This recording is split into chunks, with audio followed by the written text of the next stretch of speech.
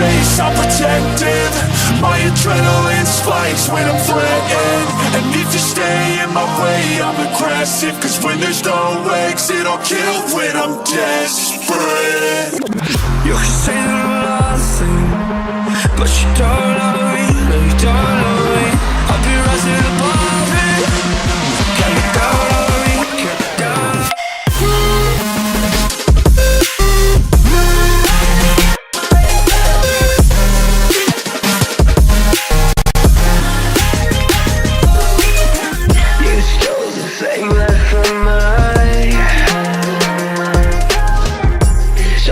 Change, so why don't we just take a step?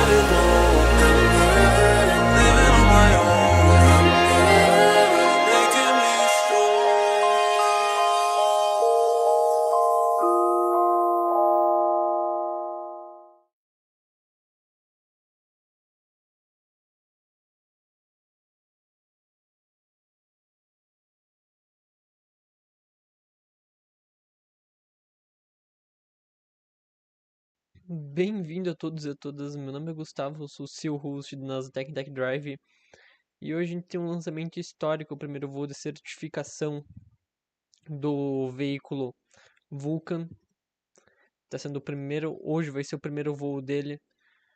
Foram realizados alguns testes estáticos com o veículo, claro, mas agora, oficialmente, a gente vai ter o lançamento.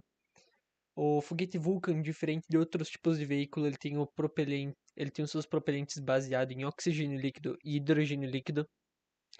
Em foguetes que são muito grandes, é um custo muito grande por conta do que? Ambos os propelentes eles precisam ficar em temperatura criogênica, que é o quê? Menos 183 graus Celsius. Então eles precisam se manter nessa temperatura. E além de ser um voo de certificação, um voo muito importante para a United Launch Alliance, hoje a gente poderia dizer também um lançamento muito importante para a NASA também, claro, por conta do que o lançamento de hoje vai estar levando duas coisas, mas como a gente também tem aqui o foco, a Peregrine, que seria ser um lander que vai realizar o pouso na Lua, algo que vai ocorrer cerca de 30 a 52 dias como um limite, como um prazo máximo após o lançamento. Então tem esses 52 dias como um prazo máximo para que esse lander realize o pouso na Lua. É algo histórico mesmo, desde 1972. E essa missão atual da sonda Peregrine, ela está sendo dirigida por uma região lunar que é chamada de Sinus Viscositatis, também conhecida como baia da aderência. Ela vai transportar cerca de 10 cargas científicas, 5 as quais são experimentos patrocinados pela NASA. Eles incluem 2 instrumentos que irão monitorar o ambiente e a radiação, ajudando a preparar melhor para as missões tripuladas de volta à Lua, as missões Artemis. Isso que diz também Paul Niels, cientista do projeto da NASA. Outros instrumentos enviados pela agência espacial irão analisar a composição do solo lunar em busca de moléculas de água e hidroxila. A NASA também vai estudar a atmosfera da Lua. E Trotton disse que o veículo Peregrine ele vai operar por cerca de 10 dias na superfície da Lua, até que a região mergulhe na noite lunar por um período que vai estar muito frio para os instrumentos acabarem operando.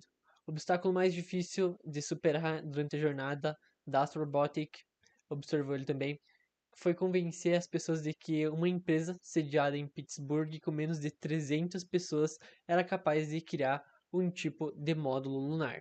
E não foi algo que a gente poderia dizer da noite pro dia, tanto que a gente tem até imagens a esse exato momento do lander, O lander ele foi montado, foi desenvolvido no caso também, e todas as pessoas elas estavam mais assim de olho sobre como que estava sendo montado ele. A gente também teve imagens do centro de controle da Astro Robotics e que a gente também tem uma animação de como ele vai acabar realizando algumas queimas de pouso.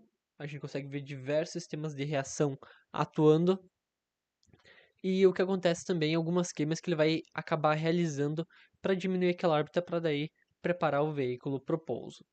A gente espera que, diferente de diversos outros veículos de outras empresas aeroespaciais, esse lander acabe realizando pouso na Lua. A gente viu o Luna 25 se espatifando no chão e diversos outros também landers que tinham como previsão ir para a Lua. Eles acabaram não conseguindo executar essa tarefa, mas a gente espera que o Peregrine ele acabe conseguindo realizar essa função, algo que a NASA ela já é profissional em realizar também pousos com landers e também desenvolvimento de veículos. E claro, né, a gente também tem uma segunda carga que vai ser levada para o espaço profundo.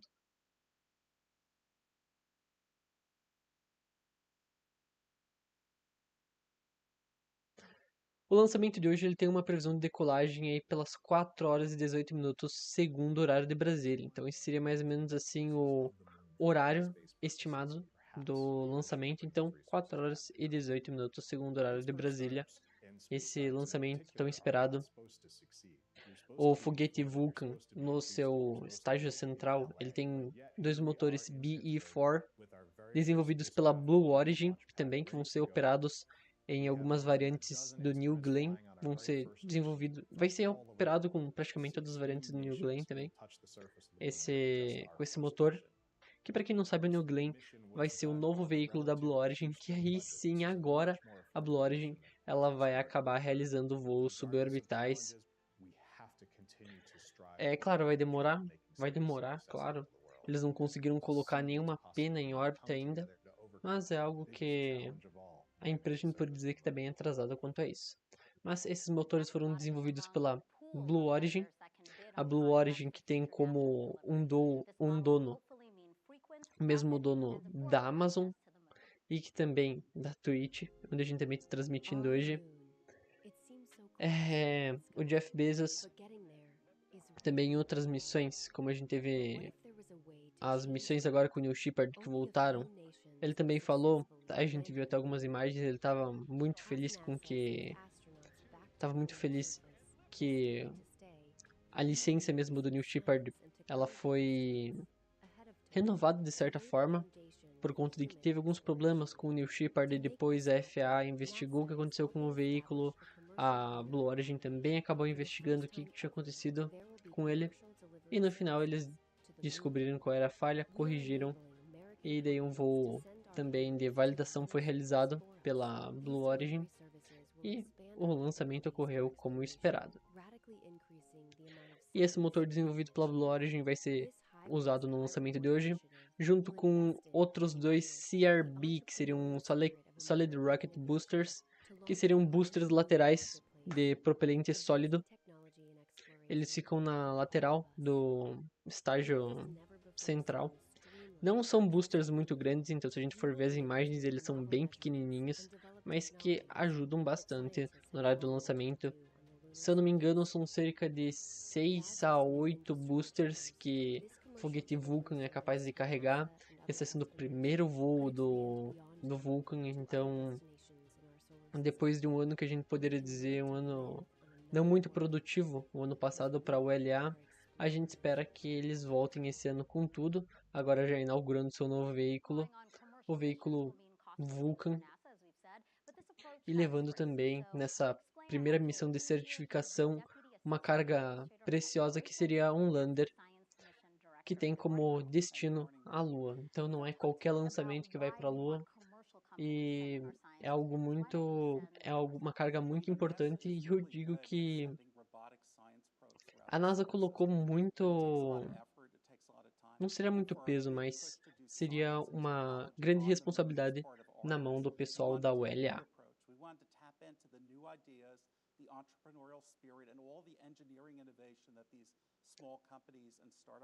O bom também dos propelentes do foguete Vulcan é que eles não acabam deixando nenhum tipo, a gente poderia dizer, de fumaça, dejetos que possam poluir o meio ambiente, diferente dos propelentes, que seriam o oxigênio líquido com o querosene, com o RP1, que esses mesmos acabam deixando fumaça e diversos outras substâncias no ar que não fazem bem para a natureza e também para a fauna. Por conta de que o oxigênio líquido e o hidrogênio líquido, eles são os propelentes, quando eles forem misturados na câmara de combustão, vai ocorrer uma reação de combustão. Claro que a gente tem também um aditivo junto. É realizada a ignição dos motores. E claro, também os SRB, que seriam Solid Rocket Boosters, que são esses pequenos boosters. A gente vê boosters desse tamanho em alguns lançamentos da ISRO, então não são todas as empresas que hoje em dia utilizam mais boosters sólidos. A gente poderia dizer que é algo que já está saindo mesmo, já está saindo de fabricação não, mas algo que já está saindo da tendência mesmo da indústria aeroespacial por conta da reusabilidade dos veículos, pousos verticais, no caso da SpaceX, onde é utilizado mais o propelente líquido e não é utilizado o propelente sólido que acaba deixando algumas substâncias no ar que não são muito agradáveis. Mas, após o lançamento, esses boosters eles são soltos, dão uma visitinha no mar, e após eles são retirados do mar, junto com o estágio central e diversas outras partes do veículo.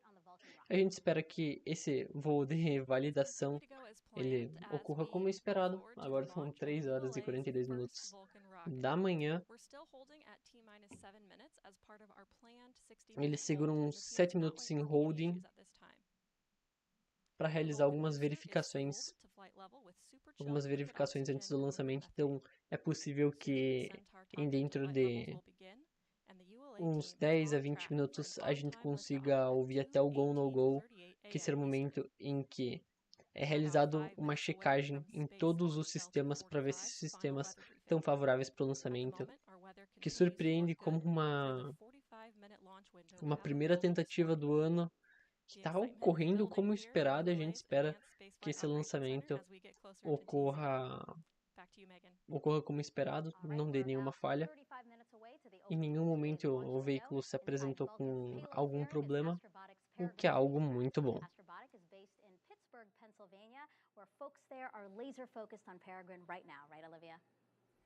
That is definitely right, Megan. I'm checking in on our Peregrine Lunar Lander with our mission control team right now. You can see them on screen. A reminder that our spacecraft is currently sitting in the top of ULA Vulcan's fairing. Our flight director is informing me that Peregrine is looking nominal, with temperatures currently at an expected 70 degrees Fahrenheit. We also monitor the environmental pressures around the spacecraft, and we're sitting at a good 14.7 psi. Things are looking good for launch. The spacecraft is currently powered off, but will automatically power on once it separates from Vulcan's payload fairing. And here you can just see the faces of some of the engineers who have worked many hours on Peregrine to get it to the launch pad today. Sitting in the middle left row is Flight Director Anders Solorzano. Tem imagens do centro de controle da Astro Robotic. Alex Van Hoven. He is currently providing us updates on the spacecraft status. Mais informações sobre o lançamento de hoje vão estar no nosso site oficial. Então, para o pessoal que está no Instagram, é só acessar o comentário fixado. Para o pessoal que está nos assistindo no Instagram, recomendo que vá para plataformas como Twitch e YouTube, plataformas mais estáveis e também plataformas que elas são mais com a transmissão mais recente. No caso da transmissão no Instagram, ela está um pouco atrasada. A gente consegue ver as imagens aqui agora também.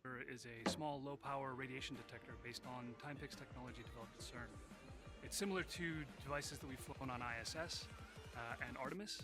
The science we're expecting to get from the LETS detector is take that information and translate it from deposited energy in silicon, which is what we measure with this detector, into a more biologically equivalent value that we can utilize for crew protection.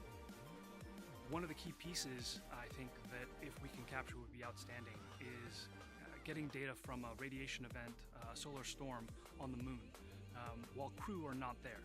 That would be ideal from the standpoint of being able to get the data without putting crew at risk, and then utilizing that data to prepare for crew protection during the lunar operations. NASA's Science Technology Mission Directorate had a hand in today's launch. So here with me now is Nikki Werkheiser, Director of Technology Maturation. Good morning to you. Good morning. So tell me how STMD, that's the shortened version of the directorate there, tell me how it invests in small business like astrobotics. Of course. So the Space Technology Mission Directorate, our mantra is technology drives exploration. So if you're really going to create new disruptive technologies that change the world, you really have to work with a diverse group of individuals. And that means our small businesses, large businesses, international partners, other government agencies. Astrobotic is a shining example of that. STMD has been working with them for well over a decade. We've awarded over 40 Small Business Innovation Research Awards. And our tipping point Imagens da plataforma de lançamento no SLC-41, lugar do Canaveral, imagens incríveis do foguete Vulcan. Uma pequena camada de gelo já cobriu os tanques, então infelizmente acabou cobrindo os tanques, faltando agora cerca de 31 minutos para o lançamento. Isso por conta da temperatura criogênica do propelente. Aqueles menos 183 graus Celsius fazem com que uma pequena camada de gelo seja formada na parte exterior dos tanques, o que faz com que, infelizmente, uma parte da pintura seja coberta, mas isso não afeta em praticamente nada durante o lançamento.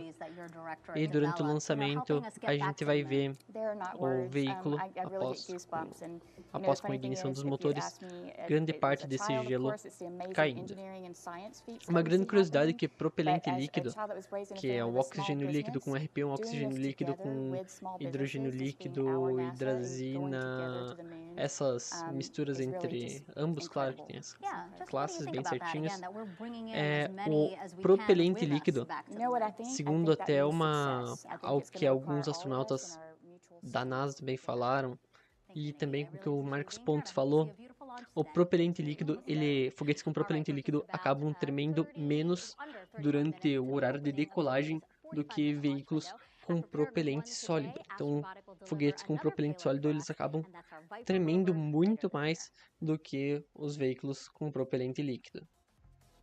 O propelente líquido tem diversas misturas, como também citei. O Falcon 9 utiliza a mistura de oxigênio líquido com RP1, que seria o querosene para foguete. No caso do lançamento de hoje, com o foguete Vulcan, é uma mistura entre oxigênio líquido e hidrogênio líquido. Eles não são misturados dentro do tanque, então são dois tanques separados, um de oxigênio líquido e um de hidrogênio líquido. E após, na câmara de combustão, ambos são juntados durante também essa mistura. Ocorre a queima, que faz com que aqueles gases acabem movendo o foguete para cima, segundo a terceira lei de Newton. NASA has selected Astrobotic for Viper's lunar delivery under CLPS, or the Commercial Lunar Payload Services Initiative. And when Viper gets to the moon, it will search for ice on and under the lunar surface near the moon's south pole. About the size of a small car, it has a drill and 3 science instruments. Together, they will work to uncover how frozen water got on the moon in the first place and what has kept it preserved over billions of years. This mission will help NASA understand the environment where we plan to send astronauts as part of its Artemis program, which will establish a long-term presence on the moon and eventually Mars. That's your Artemis Moon Minute. Our next Artemis mission is Artemis 2, which will send 4 astronauts around the moon. And work is already well underway on the ride, NASA's Space Launch System rocket. Right now, teams here at Kennedy 27 are minutos para o processing lançamento, segments todos of os the sistemas two-side eles booster. estão Each booster favoráveis will stand para o about lançamento. 17 stories tall Incluindo and o burn clima, está approximately muito bom 6 para o lançamento tons de of hoje. propellant every second, producing 3.6 million pounds of thrust. We continue to march towards today's 45-minute launch window that opens at 2:18 and 38 seconds Eastern Time. The ULA team remains in a planned hold and right now working no issues. As for the Peregrine spacecraft, let's get another check of it from Olivia with Astrobotic. Thank you, Megan. As you may recall, we are currently only monitoring the spacecraft's temperature and pressure while it sits inside the Vulcan rocket's payload fairing. And we're checking in with my team members in Mission Control and Alex Van Hoven, one of our flight directors in the very back row. He is providing us updates Então vamos directly. até algumas informações, alguns eventos que vão ocorrer logo após o lançamento. Então, faltando cerca de 4 segundos para o lançamento, os dois motores B e 4, desenvolvidos pela Blue Origin, eles vão realizar a ignição. Faltando cerca de 0,1 segundos, ele vai ser solto da plataforma de lançamento. 1 minuto e 9 segundos após o lançamento, ele vai passar pelo Mach 1. 1 minuto e 16, ele vai passar pelo Max Q, que seria Maximum Dynamic Pressure, ou máxima pressão dinâmica. 1 minuto e 50 após o lançamento, a gente vai ter a soltura dos SRB, que seria a soltura dos boosters laterais, aqueles dois boosters sólidos. 4 minutos e 58 segundos após o lançamento, a gente vai ter o Beacon, que seria o desligamento daqueles dois motores B e 4 no estágio central do foguete Vulcan. 5 minutos e 5 segundos após o lançamento, a gente vai ter a separação entre o booster, que eu acabei citando também, que ele vai realizar o desligamento do motor, e o Centaur, que seria o segundo estágio, o estágio superior. Ele é denominado de Centaur. E 5 minutos e 14 segundos após o lançamento, o Centaur vai realizar o MS-1, que seria o Main Engine Start, que seria a ignição desse motor do segundo estágio. 5 minutos e 23 segundos após o lançamento, a gente vai ter a separação das coifas, assim fazendo com que o satélite, no caso o satélite Lander, Peregrine e também as outras cargas, elas estejam oficialmente no vácuo. 15 minutos e 45 segundos após o lançamento, a gente vai ter o Missão 1, que seria o primeiro desligamento do motor do Centaur. 43 minutos e 35 segundos após o lançamento, a gente vai ter o MS-2, que seria o Main Engine Start. Essa seria a reignição do motor, seria a reignição daquele motor do estágio superior do Centaur. E daí, após 47 minutos e 37 segundos após o lançamento, o Missão 2, que seria o segundo desligamento do motor. 50 minutos após o lançamento, a gente vai ter a separação do Lander Peregrine. E não acaba por aí, porque 1 hora e 18 segundos e 1 hora e 18 minutos após o lançamento, a gente vai ter o MS-3, que seria o Main Engine Start 3, que seria a terceira reignição do motor do estágio superior, que vai se delongando por poucos segundos até 1 hora e 18 minutos e 43 segundos após o lançamento, onde vai ter o desligamento desse motor, e daí 4 horas e 24 segundos, 4 horas, 24 minutos e 44 segundos após o lançamento, a gente vai ter oficialmente a missão acabada por parte da United Launch Alliance. On board the Vulcan rocket today is Astrobotic's Peregrine Commercial Lunar Lander on a mission to intercept the moon, and the Celestis Memorial Spaceflight payload Enterprise, flying to deep space with the Centaur upper stage. Liftoff is scheduled for Então, 2:38 como a.m. uma anatomia Eastern, mesmo and we have a do 45-minute foguete, launch window this morning. acho que a gente também consegue mostrar In aqui addition to após watching até our algumas webcast, you imagens. can also follow the live mission progress at Depois a gente ulalaunch.com. vai conseguir mostrar até umas imagens da anatomia dele. About 30 minutes ago, the E count aqui agora a entered gente a vai conseguir mostrar 60-minute uma planned imagem. hold. Então, We have 2 planned só holds in esperar our aqui um launch count, pouquinho. which give our team additional time to resolve any issues prior to entering the terminal count. At this time, the team is not working any issues, and we're proceeding towards an on-time liftoff. We're excited to partner with NASA on today's live broadcast. Together, we'll be continuing our coverage through end of mission. Então, aqui a gente tem uma pequena anatomia dele. Essa aqui é a parte Building das on more than coifas. Claro que a 120 gente vai years of retirar essa combined imagem. Atlas and Delta launch experience, Então tá ULA's aqui ele. Vulcan rocket introduces a balance Diminuir of aqui um new pouquinho o tamanho technologies and innovative features to para a gente ensure conseguir a ver bem reliable a and anatomia accessible space launch do service. foguete Vulcan. Let's hear more about Desenvolvido this pela incredible ULA. launch vehicle from ULA A gente já Business sabe, são Development Director diversas Tom empresas Buckholter and Vulcan Chief aeroespaciais. Engineer RJ Sansom. E aqui a gente consegue So RJ, can you ver discuss ele. a little bit of the Essa é a the anatomia design of Vulcan? do foguete What that meant? Vulcan. Então a gente tem por um dos motores com os motores BE4 engines na parte inferior. Logo após a gente tem os I, que seriam os SRB, que seria a sigla para Solid Rocket Boosters, que seriam aqueles dois boosters sólidos, movidos a propelente sólido, que ficam na lateral do tanque do booster, que seria o primeiro estágio, no caso o estágio central do foguete Vulcan. Em cima do tanque do estágio central do Vulcan a gente tem o interestágio. Esse interestágio ele fica preso no booster. Após a gente tem no segundo estágio, que seria o Centaur. Seria dois motores RL-10. That's great. And as Se não me engano, esses motores eram para ser utilizados no programa Artemis também. E após a gente tem o Launch Vehicle Adapter e a gente tem o adaptador para carga. E após a gente também tem as coifas e o Peregrine, que seria o Lander bem acima.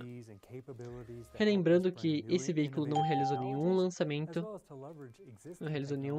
esse ano, então é algo mesmo surpreendente ver ele chegando assim já de primeira tacada, já a gente poderia dizer em uma primeira tentativa assim, sem nenhum adiamento, porque diversas empresas, quando elas vão realizar algum lançamento de um veículo novo deles, chegam que 3, 4 horas antes do lançamento, o que as empresas elas estão fazendo, estão adiando o lançamento porque elas identificaram algum problema nos sistemas. No caso aqui da ULA, os sistemas parecem estar bem estáveis e sem nenhum problema que esteja aparentando, sem nenhum problema reportado também pela empresa.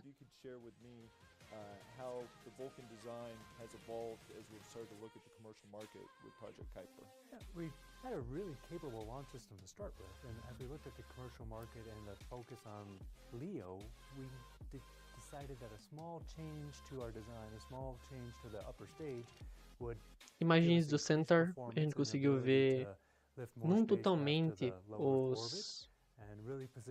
a gente não conseguiu ver totalmente a parte dos motores, então aqui a gente também tem o site da United Launch Alliance. A gente aqui tem mais informações sobre o lançamento de hoje. Então, vamos entrar aqui também até em algumas imagens. I'm now joined by ULA President and CEO Tori Bruno. Tori, thank you so much for joining us on this monumental day. Algumas imagens aqui mais cheias. Aqui ele explica também como funciona também a produção do veículo. Então, Solid Rocket Boosters, como que funciona a produção dele, a produção onde são os motores, onde vêm os tanques, as coifas, tudo. E lembrando que todas as informações sobre o lançamento de hoje vão estar no nosso site oficial.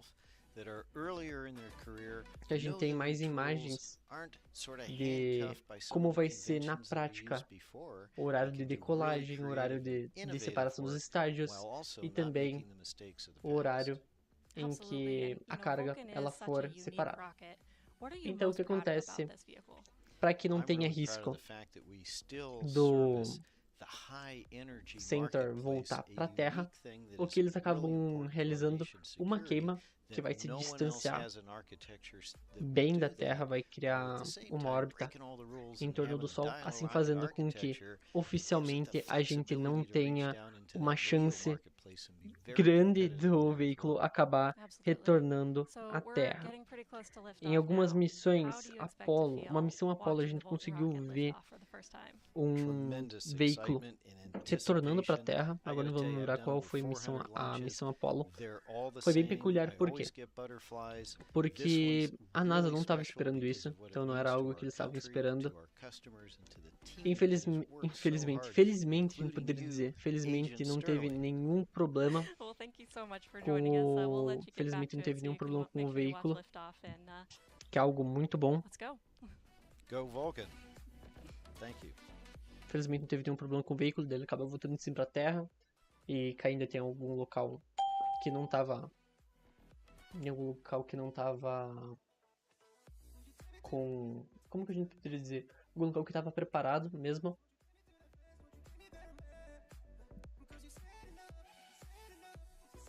Mas é por isso que também é realizada essa queima. No caso da SpaceX ficar na órbita, a gente viu também no Nordeste um veículo, um estágio de um foguete Long March 2C retornando para a Terra. Acabou realizando uma reentrada um pouco cedo demais. Geralmente eles são programados para realizar os pousos aonde? Pousos eles realizam primeiro a reentrada, então eles queimam boa parte deles na reentrada, boa parte dos tanques, boa parte do veículo todo. Então os tanques, eles queimam na reentrada, diversos sistemas, eles acabam queimando na reentrada. O que fica um pouco inteiro nessa queima assim de reentrada? Alguns sistemas de motores, que eles têm uma resistência também pelo calor. Eles têm a resistência por calor, então pode ocorrer do que? Nessa reentrada aí, como deu pra ver, tem algumas imagens que o pessoal postou bastante no Twitter. Que o pessoal dizia, um meteoro, meteoro, meteoro. Ele não deixa um rastro grande assim, um meteoro. A gente conseguiu ver ele se despedaçando, então ele se desintegrando na atmosfera. Ele já estava realizando essa reentrada em alta velocidade na Terra, realizou um pouco antes.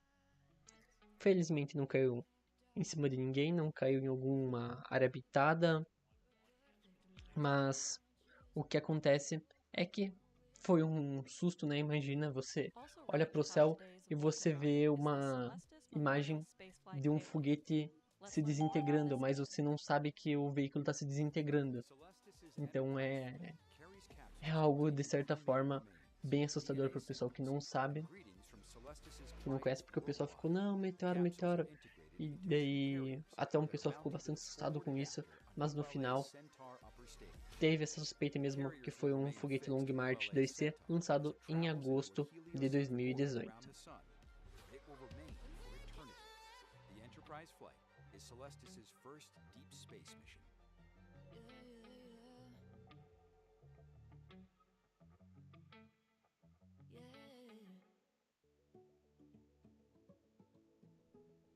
Imagens da plataforma do lançamento. O carregamento de propelente ele iniciou bem antes do que era o esperado. No caso, o que é esperado pra gente mesmo. Então o carregamento de propelente ele inicia bem cedo mesmo.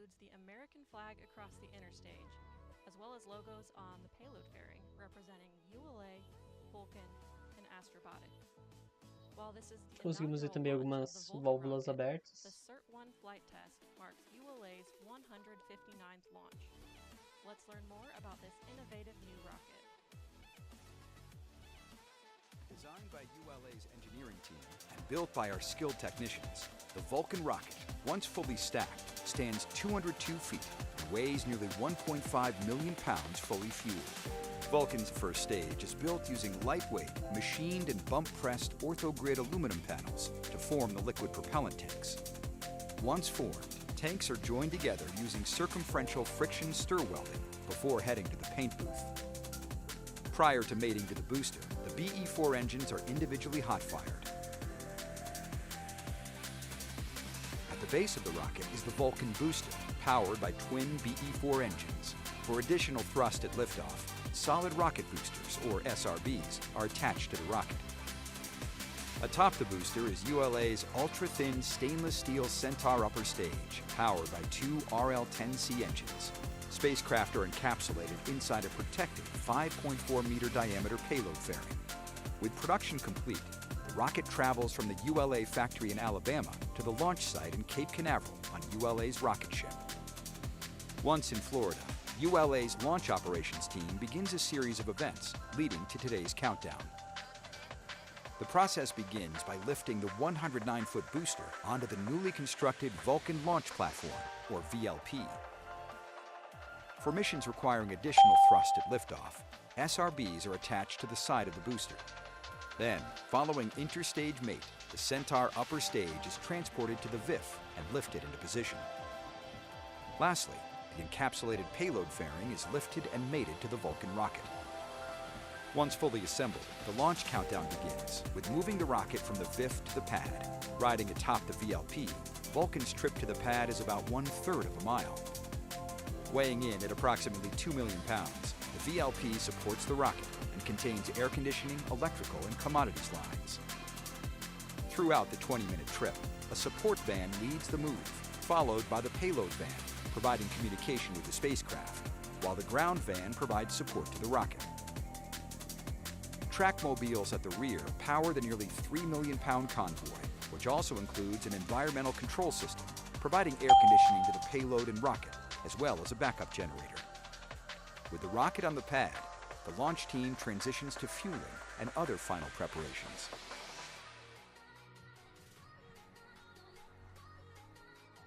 Maintain operational silence in the LCC. Go, LOX 2. Center L2 at flight level. Roger. Terminal count briefing. If a condition exceeds a launch constraint, anytime after the terminal count status check, the observer shall announce hold on channel 1, identify their station, and briefly state the reason for the hold. RLM, verify redline monitor and event table on the correct configuration for terminal count. Verified. As we approach the terminal count pole, let's check in on today's weather. The Space Launch Delta 45 forecast for this morning's launch is looking good. The probability of violating Então, mais launch informações aqui constraints is sobre o que 15%. também a ULA ela Ground acabou winds are informando 15 to 20 é que, knots segundo out of the alguns north, dados and de the balões temperature is meteorológicos, 57 eles degrees indicam que Fahrenheit. os ventos de alta The altitude primary eles concern for launch is são the thick aceitáveis cloud layers para o lançamento do Vulcan de hoje.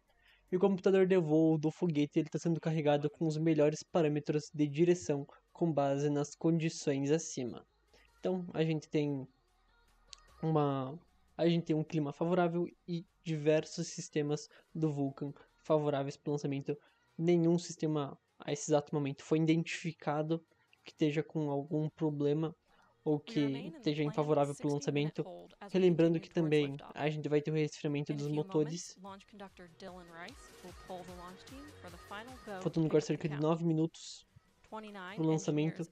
Ele segura um pouco a contagem regressiva, faltando cerca de 7 minutos, então fica os 7 minutos em holding. Ground systems, spacecraft, and the U.S. Space Force Eastern Range. The vehicle system readiness poll includes electrical systems, hydraulics, pneumatics, propulsion systems, flight control, and propellants. Eles estão falando agora sobre o go ou no go que vai ocorrer também dentro de alguns instantes. Status check to proceed with terminal count, Vulcan systems, propulsion. Go. Hydraulics. Go. Pneumatics. Go. LNG. Go. LO2. Go. Water. Go. Centaur systems, propulsion. Go. Pneumatics. Go. LO2. Go. LH2. Go. Gas. Go. Electrical systems, airborne. Go. Ground. Go. Facility. Go. RFFTS. Go. Flight control. Go. GC cubed. Go. Operation support. Go. COM. Go. Umbilicals. Go. ECS. Go. Redline monitor. Go. Quality. Go. Op safety manager. Go. ULA safety officer. Go. Vehicle system engineer. Go. Anomaly chief. Go. Range coordinator. Clear to proceed. Launch director. You have permission to launch. Proceeding with the count. ALC, verify T0 is set for 07 18 38 Zulu. Verified. Polling is complete, and the team is go for launch. From T-minus 7 minutes until liftoff, you'll hear Dylan Rice and the team performing the final steps in the countdown procedure.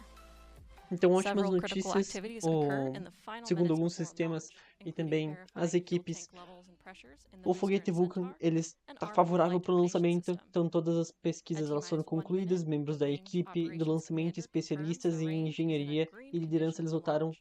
por unanimidade At em T-minus Go 25 para seconds, a you'll entrada hear final, Go para a Vulcan, entrada na fase Go final Centaur, da contagem Go regressiva, Peregrine. e o diretor de This is lançamento the da final ULA, Tom status check Hatter, of deu a rocket and payload permissão readiness. para o lançamento. At T-minus 7 seconds, Rofi sparklers will ignite, followed a second later by initiation of the launch pad water deluge system. Então a gente também vai permanecer uns 7 At minutos em T-minus holding. 3 seconds, the main engines ignite. Then, after seeing Vulcan's first ever liftoff from Slick 41, you'll begin hearing flight commentator Rob Gannon providing launch vehicle ascent data.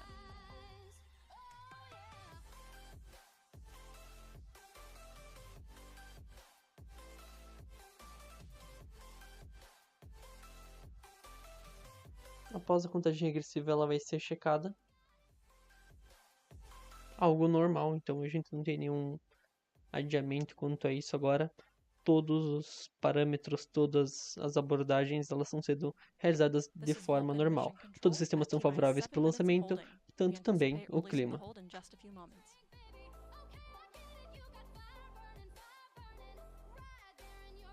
On my mark, the time will be T-minus 7 minutes and counting. 3, 2, 1, mark. Então, contagem regressiva, ela já está seguindo. Após o holding, The countdown clock has resumed, and we are go for launch at 2:18:38 a.m. Eastern. seguindo com o mesmo horário de lançamento. After liftoff, ULA's Vulcan rocket will head east from Space Launch Isso que parece ser uma nuvem que a gente consegue ver saindo do foguete, na verdade é o propelente líquido em temperatura criogênica. E agora a gente vai ter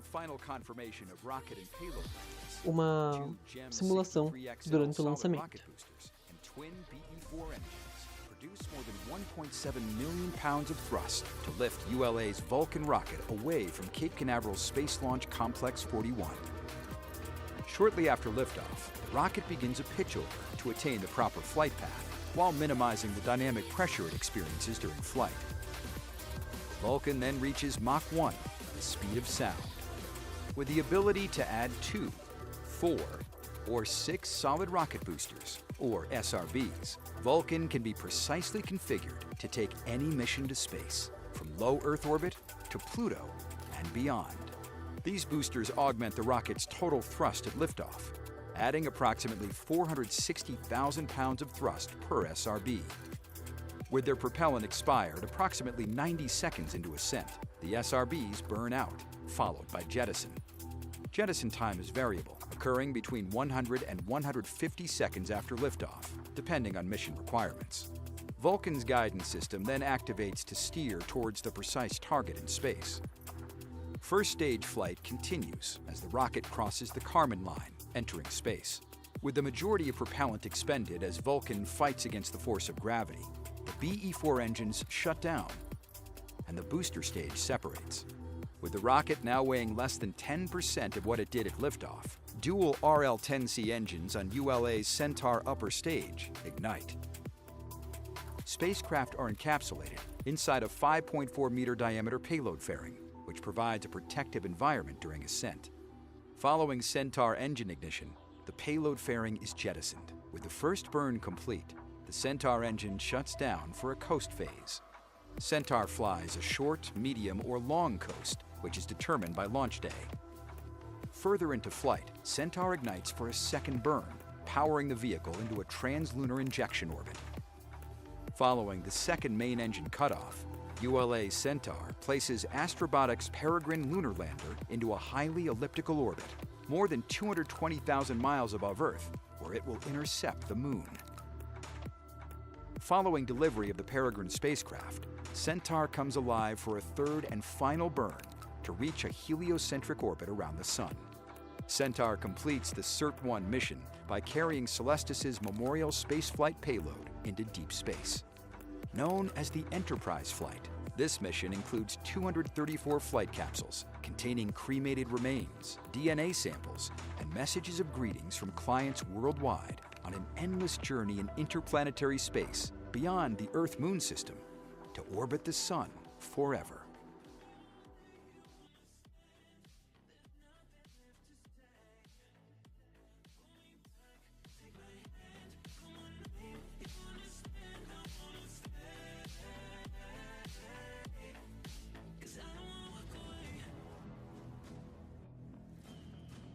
Faltam agora cerca de 3 minutos para o lançamento.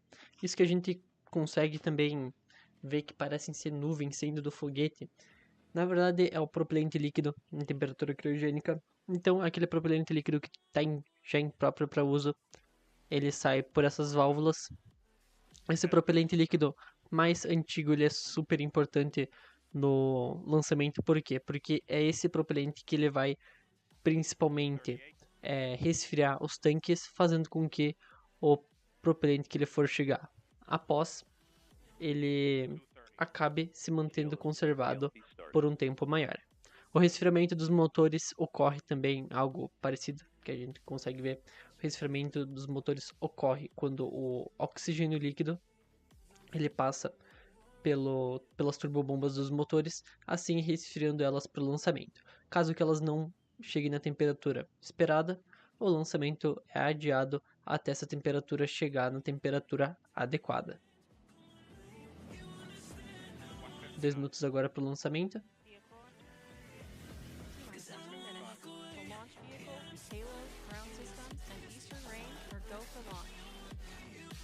Todos os sistemas favoráveis para o lançamento.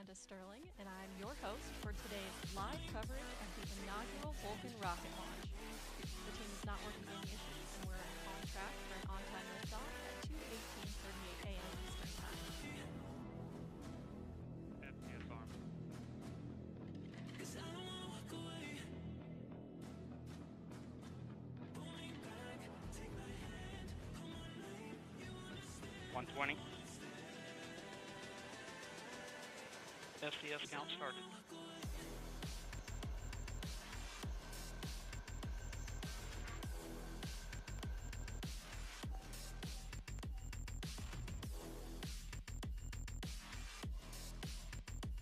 Um minuto para o lançamento. T-minus 1 minute. Range status. Range green. 45.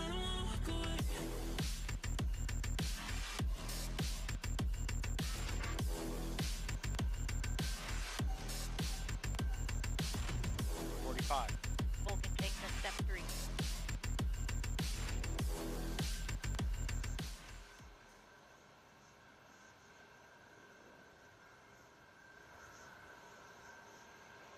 $30 segundos para o lançamento. 30.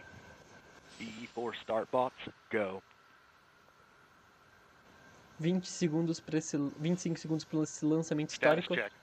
Go Vulcan. Go Centaur. Go Peregrine. 15 segundos. 10 segundos para fazer história. T-minus 10, 9, 8, 7, 6, 5, 4, 3. We have ignition. And liftoff of the first United Launch Alliance Vulcan rocket, launching a new era in spaceflight to the moon and beyond. Engines operating. 2 good SRBs, hitting peak pressure on the SRBs. Everything looking good.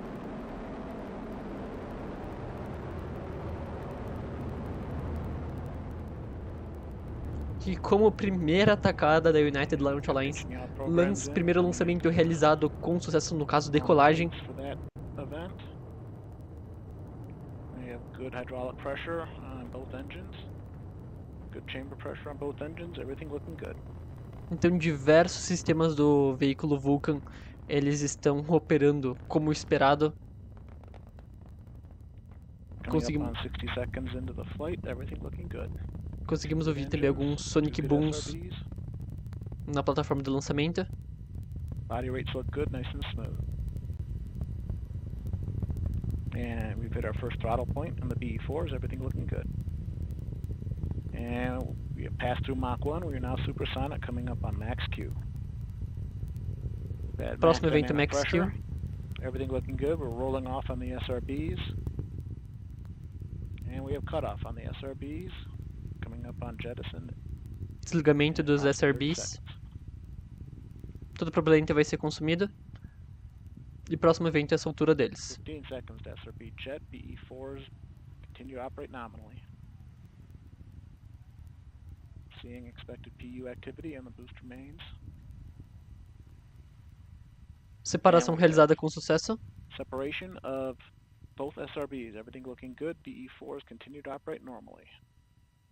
E o estágio central ele vai continuar operando.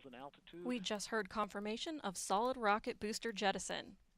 We have about 3 minutes until we reach our next mission event, booster engine cutoff. And we see booster PU correcting towards a nominal MR, everything looking good. Both engines continue to burn normally. Primeiro lançamento do foguete Vulcan. O lançamento está ocorrendo como o esperado. Nenhum problema identificado, graças a Deus. On the upper stage, pressures are rising. As expected, PE4 continues to operate normally.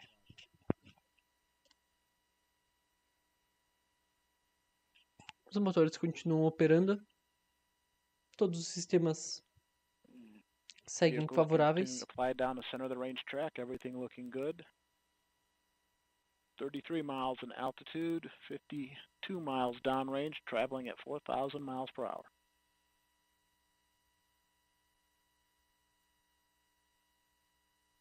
Continue to see excellent performance out of the BE4s.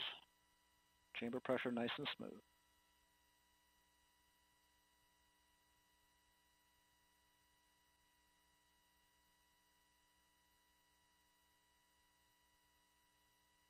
Vehicle steadily accelerating. Então o motor principal vai continuar operando enquanto os BE4 engines eles queimam com uma mistura de metano e oxigênio líquido também. O foguete agora ele passa a pesar metade do que ele pesava na decolagem, já tendo consumido cerca de 700 mil libras, isso dão quase 318 mil quilos de propelente.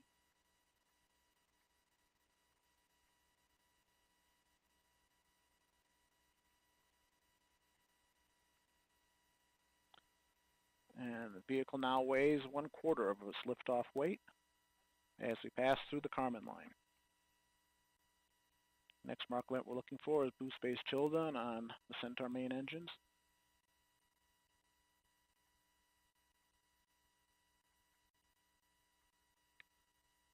Booster mains continue to operate normally.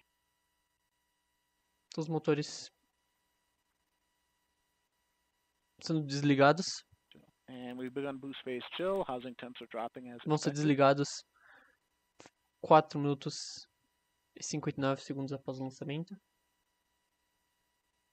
Enquanto eles estavam funcionando, eles giraram mais de 1 milhão de libras, cerca de 4,4 megatons de empuxo, meganewtons de empuxo. And we have cutoff. Desligamento do motor. Vulcan Centaur separation. Separação. We have Vulcan Centaur Separação realizada com sucesso. Everything looking good.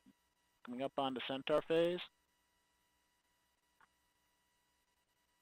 Aguardando a ignição. Ignição realizada. And experiencing a bit of data loss here. We've Ignição recovered the realizada com data. sucesso. It's like Centaur engines are up and running normally, good steady state pressure, and we've just jettisoned the payload fairing. 2 good brake wires. Curvas já foram separadas.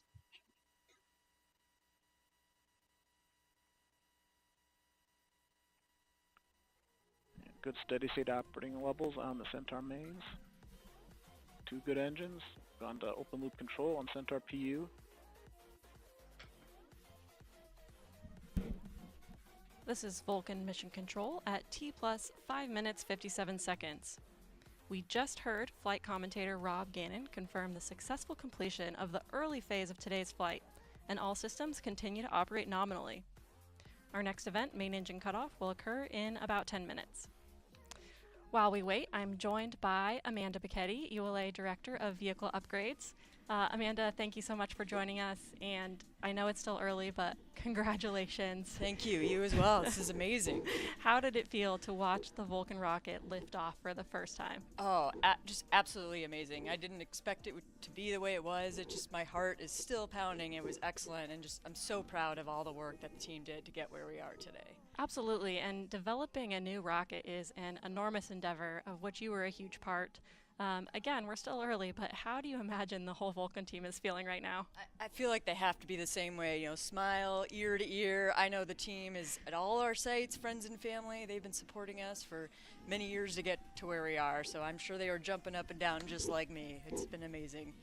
How is the Vulcan rocket going to change the industry? Yeah, that's a great question. So Vulcan is very much based on our heritage rockets, the Delta IV and Atlas V vehicles, but we've brought in a lot of new innovation and capabilities that are going to allow us to even better support our warfighters, exploration, as well as connecting the world. And the great thing about Vulcan is it's highly versatile, meaning we can use that vehicle to do anything we want, allows for affordability for anybody who needs access to space. Absolutely. And so this is the first certification flight. What are the next steps for Vulcan after this? Yeah, so with the first flight, we are well under the way from a certification perspective. We do have a second flight that we'll need to do here later this year. Once that completed, we'll have about 2 months or so of post-flight data testing, and then at that point we will be certified by the U.S. Space Force, and we will be ready to fly all of their important payloads for them. Awesome. Well, again, thank you so much for joining us, and we'll let you get back and watch the next mission events. Congratulations again. Thanks, you too.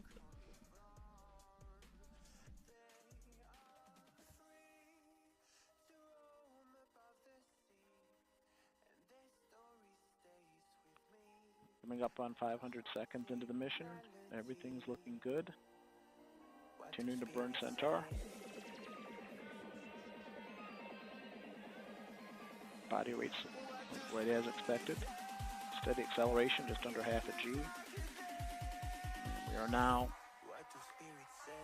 235 miles in altitude, 836 miles downrange, traveling at 11,150 miles per hour.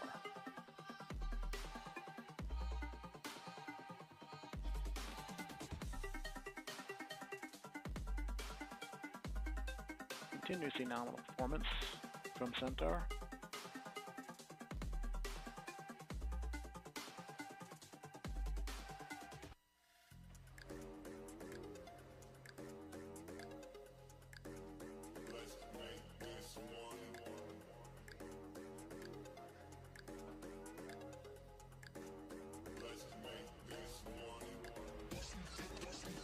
And approaching the halfway point of this first burn of Centaur, everything looks good.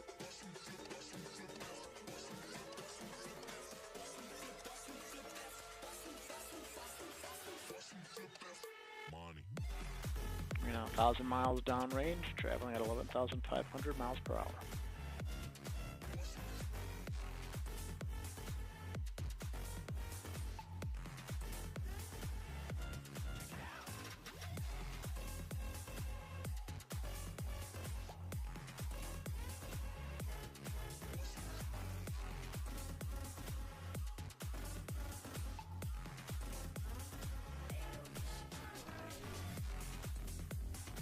This is Vulcan Mission Control at T plus 10 minutes 7 seconds.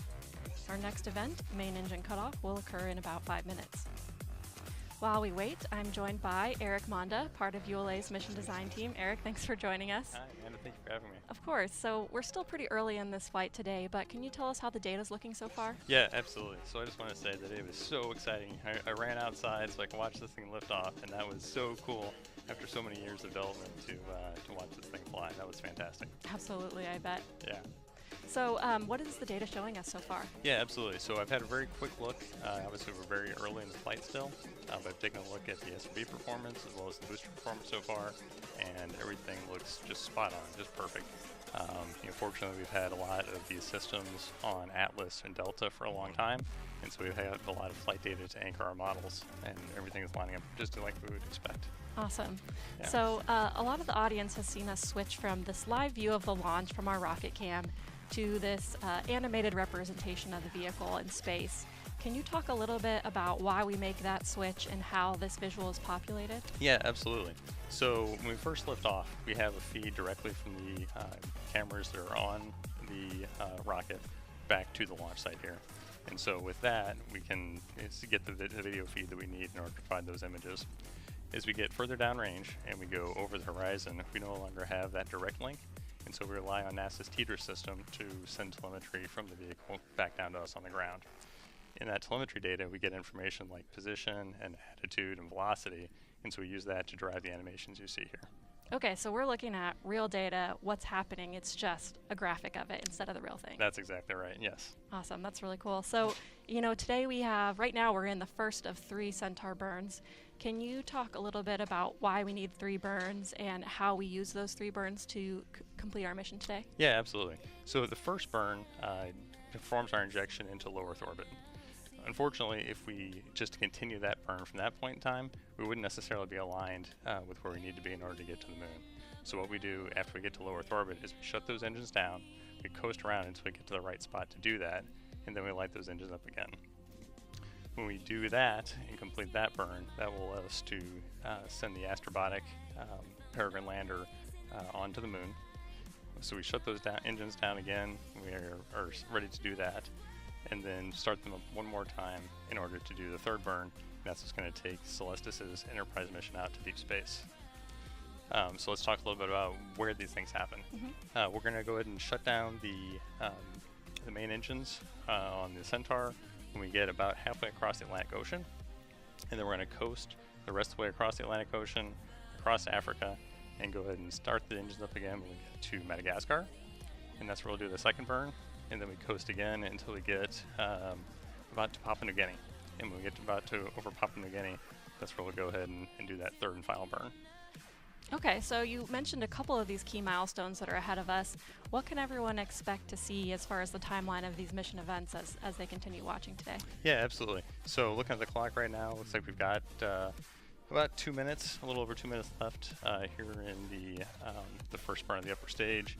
We're going to coast for about 30 minutes after that as we do that coast across the Atlantic Ocean and across Africa. The second burn will be about 4 minutes long, and then we'll have another coast for 30 minutes before we have a pretty short, like 20-second burn for the final burn. Once we've done that, then we've got some engineering demos we're going to do before we finally safe the stage and shut everything off. And then about 4 days later is when the Centaur will leave the Earth-Moon system and be off on its way to deep space. Awesome. Well, thank you so much for sharing that with us, and thanks for joining us today, and we'll let you get back to watching those next events. Absolutely. Thanks so much, Amanda. Thanks.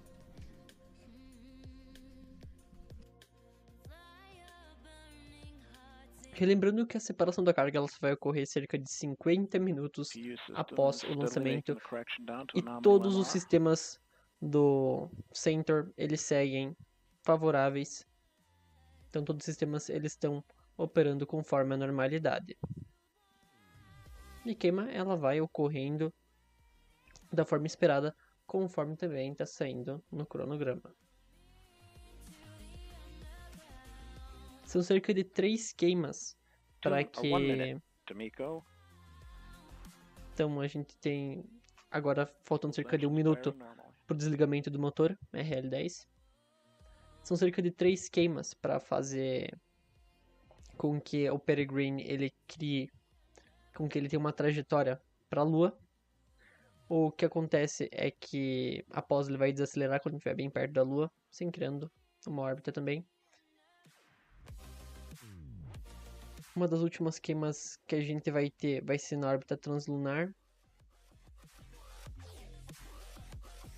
Também como última queima, a gente vai ver o Centaur realizando uma queima.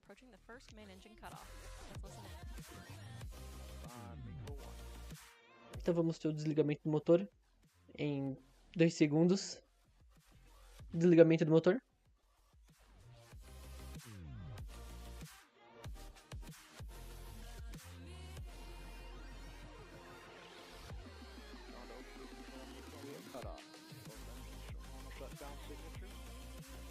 Motor desligado com sucesso. Established 85% duty cycle. We are now in a 27-minute, 51-second coast duration to second burn of Centaur. Agora faltando cerca de duas queimas para que o lander Peregrine seja separado. Todos os sistemas favoráveis, então nenhum sistema está operando de alguma forma que não seja favorável, que não seja como dentro da normalidade. Algo muito bom, porque é o primeiro lançamento do foguete Vulcan. E como eu também já comentei, diversas empresas aeroespaciais no seu primeiro voo acabam não chegando nesse patamar como a United Launch Alliance chegou, que foi realizar um lançamento com uma extrema precisão e com nenhum erro, praticamente no lançamento, então nenhum erro que a gente conseguiu perceber durante o lançamento, o que é algo muito bom. A ULA já tem uma grande, eles já têm uma, a gente poderia dizer, uma grande experiência com o lançamento de foguetes. Infelizmente, o ano passado não foi um ano muito bom para a empresa, e a gente espera que esse ano eles se recuperem muito bem. A gente está vendo que eles estão começando o ano com o pé direito mesmo, já tendo seu primeiro lançamento com um veículo novo e seguindo com esse lançamento assim de primeira já em 2024. Deputy Associate Administrator of NASA's Science Mission Directorate. Good morning and thanks for being here, Sandra. Good morning. It's a thrill to be here. Yeah, what did you think of the launch? It was amazing. Yet another beautiful ULA launch. Totally spectacular, and it's super exciting to know that now our Peregrine 1 lander is on its way to the moon, and in about 2.5 weeks it's going to go into orbit. And a few weeks later from that, in mid to late February, we're going to actually see it land. And that will be the first, well, actually it'll be one of the early landings on the moon since Apollo, over 50 years, which is pretty amazing when you think about it. U.S. landings on the moon. Yeah, it is. And CLIPS is new as well. So talk to us a little bit about this program. We're using commercial companies to send science instruments to the moon for us. Why is that? Yeah, I'm really excited about this program. It is a game-changing program for us. It really is leveraging industry in new ways. As you've probably seen, I mean, the whole aerospace industry has evolved over this last decade in amazing ways, and I think this is just yet one more step in doing so. So our commercial partners are actually delivering a service. They're delivering our payloads and other organizational payloads, whether it's other companies, whether it's international partners. Basically, anybody who wants to procure the service can deliver a payload to the moon using the CLIPS program. And so there are 20 payloads flying on the Peregrine spacecraft right now. 5 of those are NASA's. Can you tell me a little bit about what they'll be studying once they get to the moon? Yeah, so again, amazing service. So our payloads are going to be studying things including understanding, studying water, studying the volatiles or the resources on the moon, studying the atmosphere, and also the radiation environment to help inform us for the future when we have humans back on the moon. Sandra, thank you so much. I'm excited to see what we do with this initiative and this launch here today. Thank you so much, and let me just say, go Vulcan and go Peregrine 1. Yes, you can totally say that. Thank you so much. Thank you. All right, so when Peregrine lands on the near side of the moon on February 23rd, it will be one of the first lunar landings for the U.S. since the final Apollo mission over 50 years ago. Let's head back over to Astrobotics, Olivia Chapla. Thanks, Megan, and what a great day so far. So for those of you just tuning in, I wanted to reintroduce myself. I'm Olivia Chapla, Director of Marketing and Communications for Astrobotic. Astrobotic is a space company with our primary headquarters in Pittsburgh, Pennsylvania, and we've just watched our Peregrine Lunar Lander rocket into space aboard a United Launch Alliance Vulcan rocket. This Peregrine spacecraft's mission is to carry 20 payloads or cargo to the lunar surface from 7 different countries. 6 of those nations have never reached the moon before. Our aim is to autonomously land on the lunar surface a few weeks from now. We're taking the long way around, and we expect Peregrine to land on February 23rd, 2024. We've got all eyes on the Peregrine lander as it waits to separate from the Vulcan rocket in about 30 minutes. At that point, we will seek to establish communications with the lander.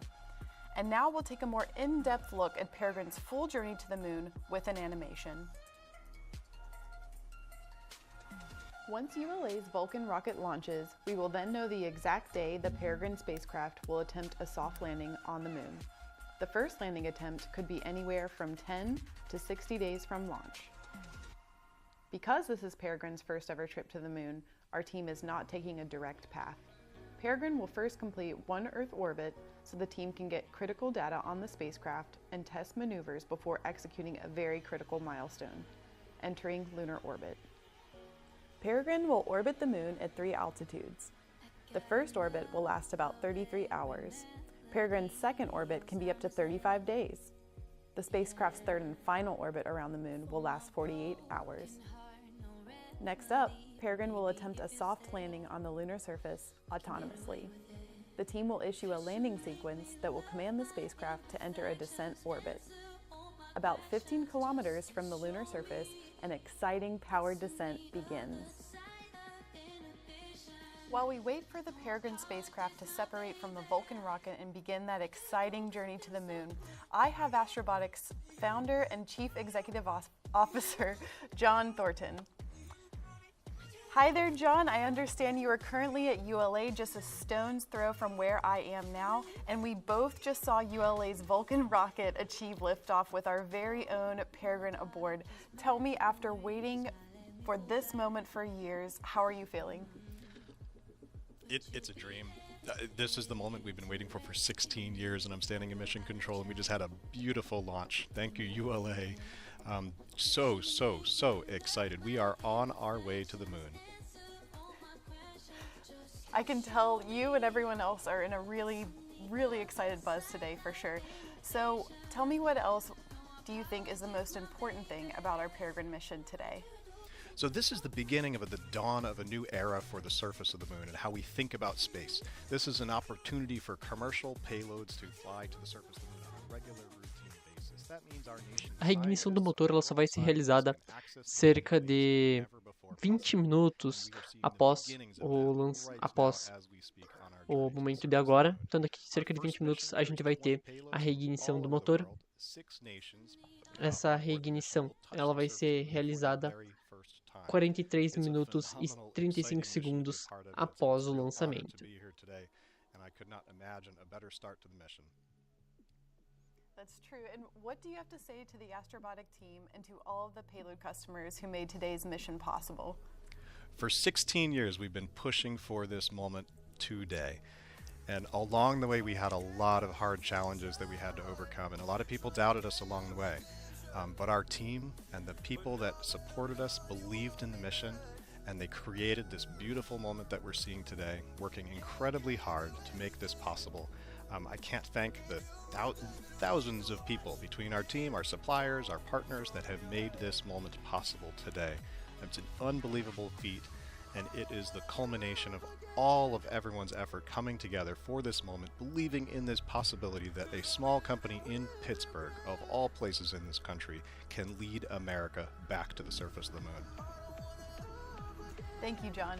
Well, I'll let you get back to the team that are in Florida with us as we wait for the Peregrine spacecraft to separate from Vulcan's rocket in about 30 to 40 minutes. For now, back to Megan. Thanks, Olivia. Oh, thank you. Now, CLIPS missions are an important step in returning to and staying on the moon. But these lunar landings that will help shape our future there are not without risk. Landing on the moon is hard.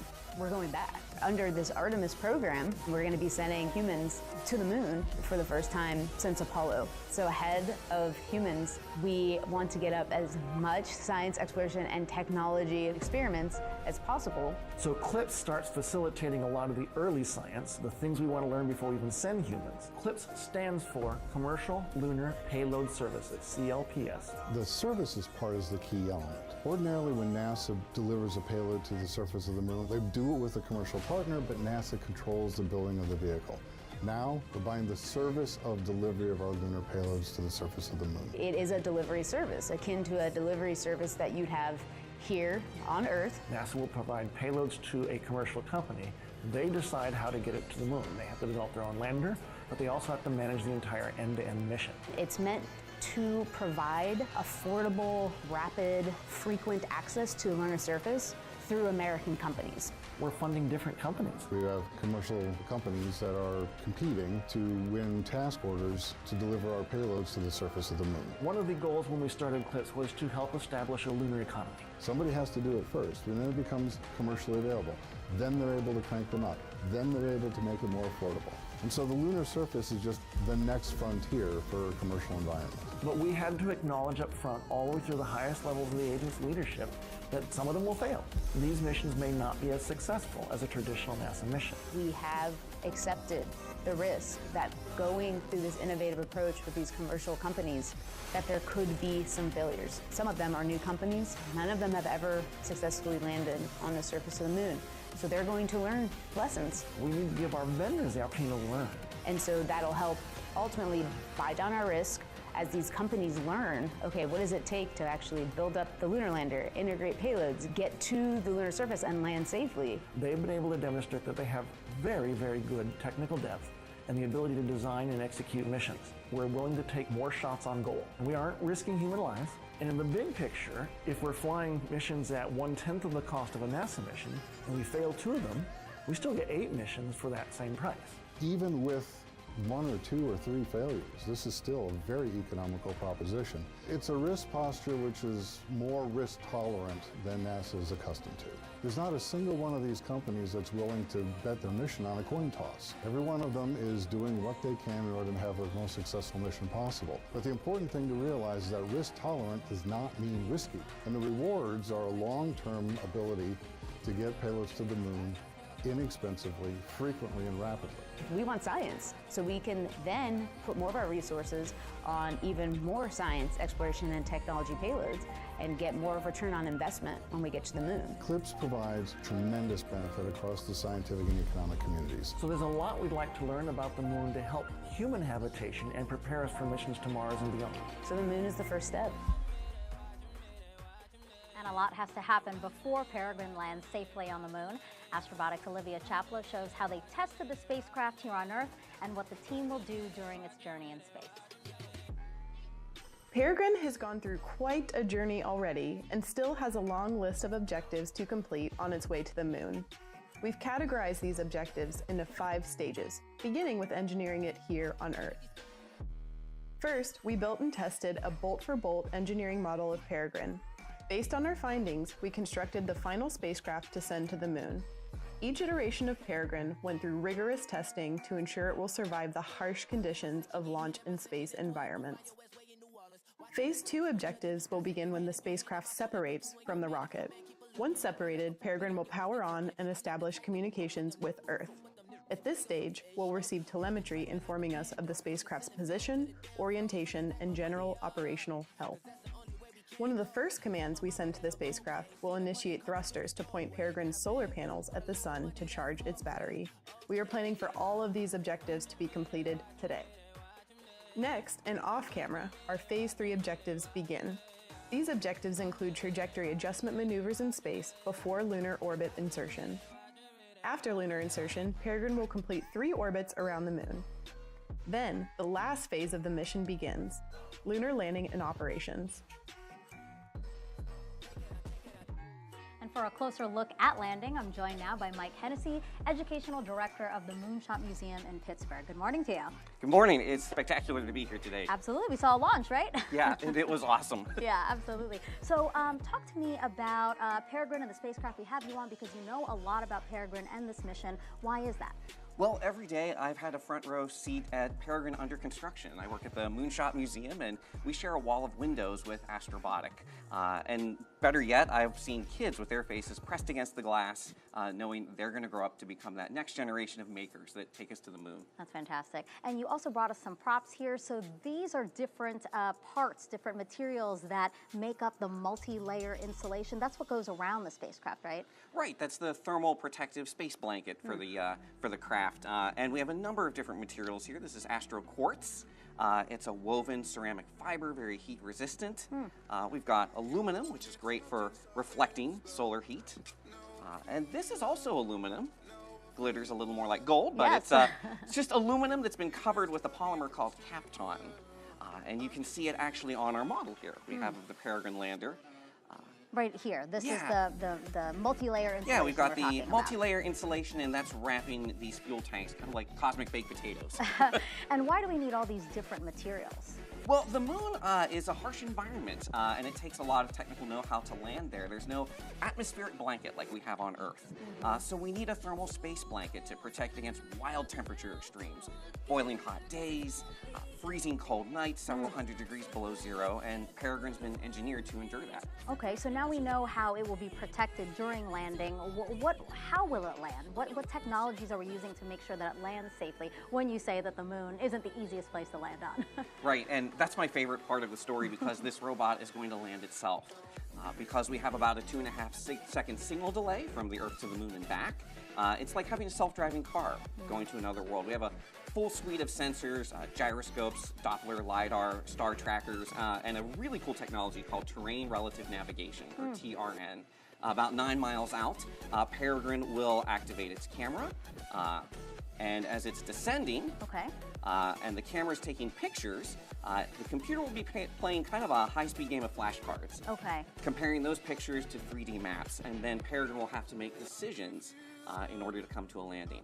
We're going to test drive this technology on Peregrine, and then on Astrobotic's next lunar lander, Griffin, TRN will be in the driver's seat when we head to the moon's south pole. Oh, that's fantastic. And I know Griffin is going to be delivering another NASA payload, so another partnership where we get to do this together. Yeah, I think another great example of how CLIPS is bringing together entrepreneurship and accelerating the pace of science and taking us out into the solar system. Mike, thank you so much. Thank you for being here. Thank you. All right, so the Astrobotic team hopes to land on the near side of the moon on February 23rd in a place called the Bay of Stickiness, a lunar feature formed by ancient hardened lava flow. It's located outside of the Gutheißen Domes, which is the largest dark spot on the moon. Why does NASA want to conduct science here? Well, on Earth, formations like these domes need significant water and also plate tectonics to form. But without these key elements on the moon, lunar scientists have been left to wonder how the domes formed and evolved over time. We'll, of course, have coverage of the landing on our NASA Plus app or whichever social platform you watch us on. Now, earlier in the show, we told you about the NERVIS payload from NASA's Ames Research Center. The other payload from Ames is the Neutron Spectrometer System, or NSS. I'm Rick Elphick. I'm the principal investigator of the Neutron Spectrometer System aboard the Peregrine 1 lander. NSS measures neutrons coming out of the lunar soil, and the neutrons tell you a lot about the makeup of the lunar soil. The neutrons that we measure with the neutron spectrometer are specifically related to the presence of hydrogen, the H in H2O, or water, and that's its real purpose, is to locate water, to actually act as a divining rod. Peregrine will be landing in a location where we really don't expect very much water, if any at all. But it's an interesting experiment. The exhaust system of its descent engines will actually spray paint the surface with its exhaust. And part of that exhaust is water, and some of that water is actually going to stick onto the surface of the moon. Then after we land, NSS can monitor how that water goes away as the sun rises at the landing site and the day gets warmer and warmer. The water is really important as a resource for exploration. Astronauts need it for drinking water, but you can also use it by splitting it up into hydrogen and oxygen as rocket fuel. So if you can find water in place where you're going to, that means you can use it there and not have to bring it up from Earth. Now, NASA has 2 more payloads flying to the moon today. We're going to tell you about both of them in just a few minutes. But first, let's introduce you all to Chris Culbert, Program Manager for CLIPS out of NASA's Johnson Space Center. Good morning to you. Good morning, Megan. Thank you. It's a wonderful day. It is. We just watched the launch. What did you think? It was amazing. Oh, my God. What a wonderful feeling. That rocket was gorgeous. Yeah, and so NASA has 5 payloads hitching a ride. Tell me about the different things that they'll be studying and why they're studying those things. So, this early mission for CLIPS, this is our first mission. So our first 2 early missions are mostly carrying small instruments that help us learn more about the environment of the moon. As we get further into CLIPS in future missions, we'll raise the complexity and start studying more complex, more difficult questions. But at the beginning, we're mostly trying to characterize what the moon is like, what the radiation does, what kind of environment we can find there. It doesn't have an atmosphere, but there's particles and dust and other things. We're trying to get more information about that so that we can help guide future human missions more effectively. And how soon could we see data from some of those instruments so that we can start creating that fuller picture? We'll start getting data back within hours of landing on the moon. Wow. Now, the scientists will need some time to analyze that information and turn it into the kind of information that helps guide future missions. But we should be getting data back from the moon within a few hours of landing, and we'll already, for as long as 14 days on the moon, we'll be gathering that data. But the scientists will then take that information offline and analyze it for a while. So basically these missions, these instruments that we're sending, they're scouting the moon for us. Yes, yeah, they're telling us what the moon is like, helping us understand what we need to know so that we can take humans there safely. It also allows us to better design future instruments and other experiments that will pinpoint the kinds of things we need to know about the moon to be able to work and live there. Chris, thank you so much. Thank you for being here. You're welcome. Okay, so we're now less than a few minutes away until the Peregrine spacecraft separates from Vulcan's Centaur upper stage. We're going to go back to ULA for that milestone, but before that, another quick status update on Peregrine from Olivia. Thanks, Megan. And now I'm checking in on Astrobotic's mission control team. In about 20 to 30 minutes, they're expecting Peregrine to power on and then try to communicate with them on the ground. Peregrine will establish ground communications with NASA's Deep Space Network, and then we will begin receiving telemetry. As we wait for those milestones, here's an in-depth look at the inner workings of the Peregrine Lunar Lander. And now we'll take a look at the Peregrine spacecraft. You'll notice that we've removed the MLI or multi-layer insulation so we can better see the inside of the spacecraft. Throughout Peregrine's journey, they'll keep an eye on the spacecraft's temperatures, pressures, power levels, and communications system. Solar panels at the top of Peregrine charge its batteries to power the spacecraft. Moving down towards the center of the spacecraft are the payload decks. You'll notice the decks have a unique isogrid pattern that we've used as an inspiration for a lot of our graphic design for the mission. This structure pattern optimizes the sturdiness of the payload decks while also minimizing its weight. Affixed to these decks are all 20 payloads. 20 individual pieces of cargo from 7 different countries are aboard these 2 main decks. Peregrine has 12 attitude control system engines, called thrusters, that are used to orient the spacecraft. You can see 4 large propellant tanks filled with monomethyl hydrazine and multiple mixtures of oxygen-nitrogen, or MON, as oxidizer. Mounted to the bottom of the spacecraft are 5 main engines that will slow the craft down as it approaches the lunar surface. These engines use a hypergolic bipropellant pressure-fed system. Believe it or not, Peregrine will use the majority of its fuel in the last 15 minutes of the mission as we attempt a soft landing on the lunar surface. Peregrine has 4 landing legs attached to its base. These legs have a honeycomb structure on the inside that will crush to absorb the impact of Peregrine landing on the lunar surface. Peregrine is designed for an autonomous landing. That means it will use complex computing and a suite of sensors instead of human pilots. There are 2 antenna relays and a high-power transponder to relay communications between the spacecraft and the astrobotic team. The relay will connect Peregrine with NASA's Deep Space Network, or DSN, utilizing the same dishes that communicate with the James Webb Space Telescope as well as other historic missions. And the last major feature of Peregrine is something you can't see. It's the hundreds of people who have worked on, tested, and gotten the spacecraft to the launch pad today. A shout out to the team we like calling the Astrobots, and a shout out to our payload customers who are sending their items to the moon with us. Your continued commitment to science and lunar exploration is important for humanity. The Peregrine Lunar Lander has 20 pieces of cargo called payloads aboard. You can find the full manifest on the Astrobotics website, but here is a look at a few of the payloads. IRIS rover. This is a student-built rover with a mission to take photos and send them back to Earth as it drives across the lunar landscape. Once Peregrine lands on the moon, IRIS will deploy to the surface to begin its mission. And here we have another Carnegie Mellon University payload called Moonark. Moonark is seen as a cultural museum to the moon. Comprised of 4 independent chambers and weighing a combined total of 10 ounces, it contained hundreds of images, poems, music, nano-objects, and earthly samples. Next, we have Colmena, a fleet of micro-rovers and the first Latin American scientific instrument ever sent to the moon. Consisting of 5 small rovers, it will demonstrate a coordinated moon exploration. Lastly, we have the DHL Moonbox. Former astronaut Richard Garriott and thousands of others from around the world have sent small mementos to link life's meaningful moments with our nearest celestial neighbor. Now, this is just a snippet of the 20 payloads aboard Peregrine. Again, you can find the full list on Astrobotic's website. Now back to Megan. We are now less than 10 minutes away from Peregrine separation, so let's get back over to the ULA team and Amanda Sterling to take us through that.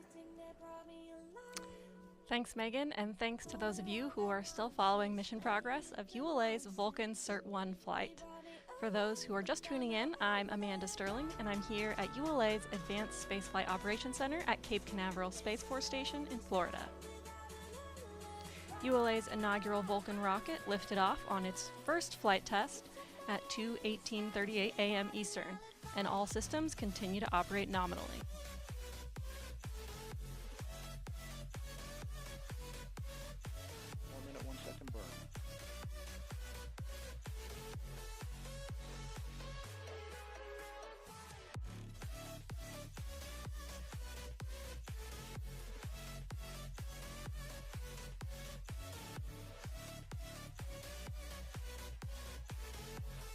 And we've begun pressurizing the propellant tanks in preparation for second burn.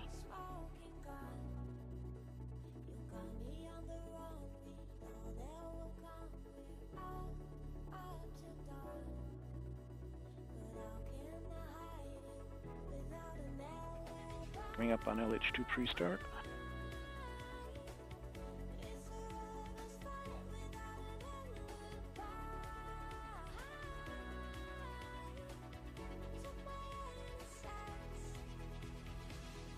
LH2 pre-start.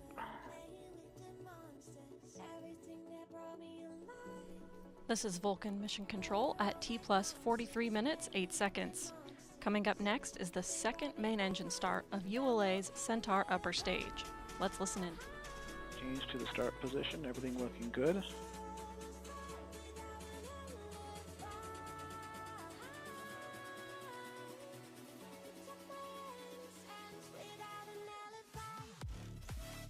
About 15 seconds to mess.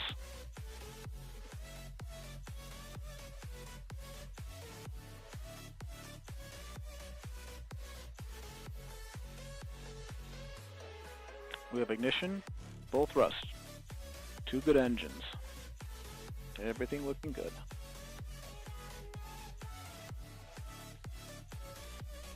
This is Vulcan Mission Control at T plus 43 minutes, 57 seconds.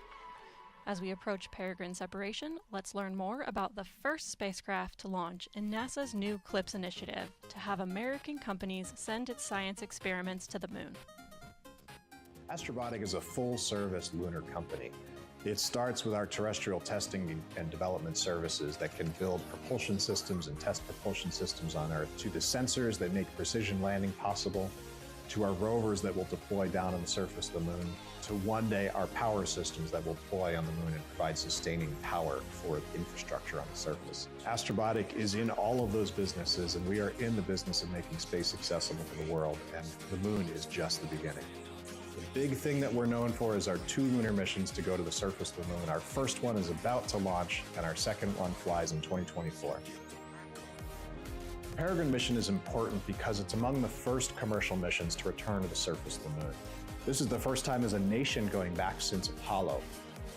It's the first time for 6 nations that could land on the surface of the moon with our mission. This is the dawn of a new era of affordable, routine, regular access to the surface. What that means is our nations and world scientists can access the moon on a routine, regular basis. They don't have to wait for the culmination of their career for one single super mission.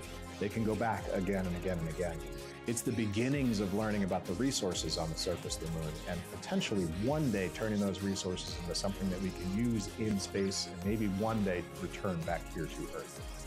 Peregrine's development was a years-long process that included many people, like engineers, welders, and technicians, who designed and built the spacecraft. Landing a spacecraft on the moon is very complex. The team worked long hours to get Peregrine to the launch pad. To be on the pad today with our spacecraft strapped to a giant 200-foot tall launch vehicle ready to blast into the heavens it's a little surreal. It's a moment I've been dreaming about for 16 years. And to see it all on one rocket, it's terrifying and exciting and thrilling all at once. Our Peregrine Lunar Lander starts its journey to the moon in Florida on a Vulcan launch vehicle. That will blast us into translunar injection, heading us straight out to the moon, where we will enter lunar orbit and start our descent down to the surface. At this point, engines are firing, all eyes are tuned in, and as we soft touch down on the surface of the moon, that marks the beginning of our surface operations and our payloads deploying. As a nation and as a company, as individuals, we all persevere to overcome challenges, and we're going to continue to do that. And this first mission is just our first step, our first attempt to make space accessible to the world, and it certainly will not be our last.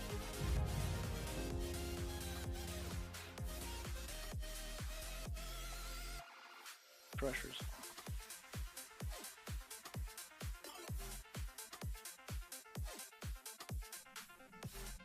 This is Vulcan Mission Control at T plus 47 minutes 8 seconds.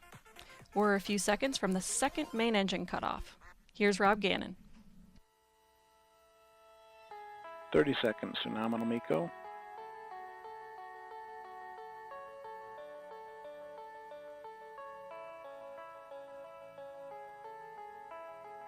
Seconds. We're going to open loop on PU. Coming up on cutoff. We have cutoff. Everything is looking good. And we are now in a 2-minute 49-second coast phase of spacecraft separation. You've got full settling going after MECO. And we're reorienting to spacecraft SUP attitude.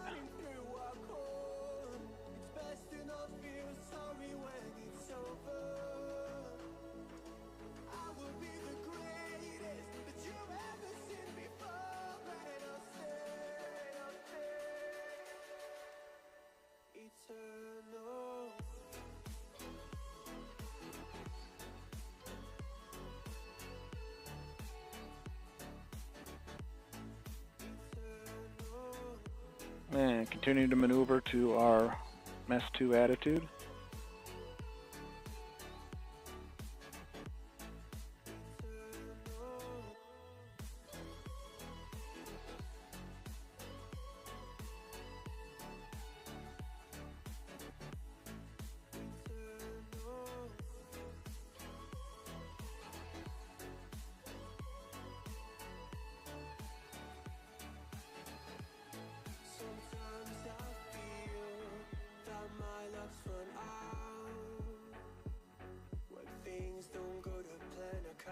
And we're inside a minute and a half to spacecraft separation. Body rates are nulling out.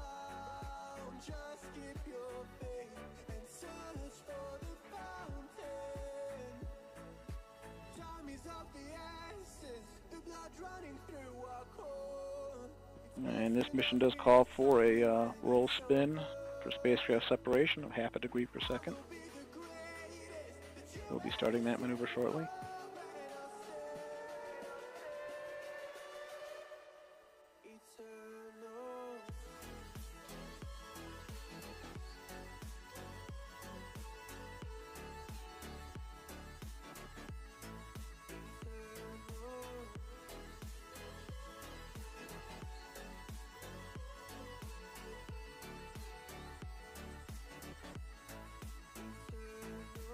This is Vulcan Mission Control at T plus 50 minutes 10 seconds.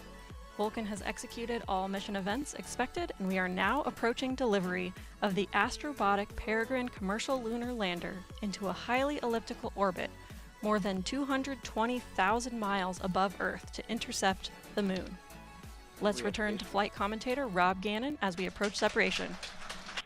We are spinning down.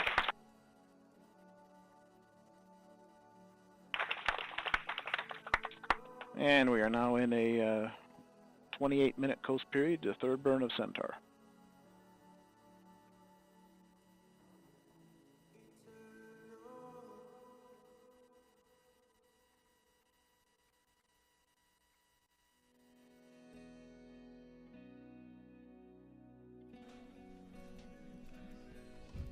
This is Vulcan Mission Control at T plus 51 minutes 6 seconds.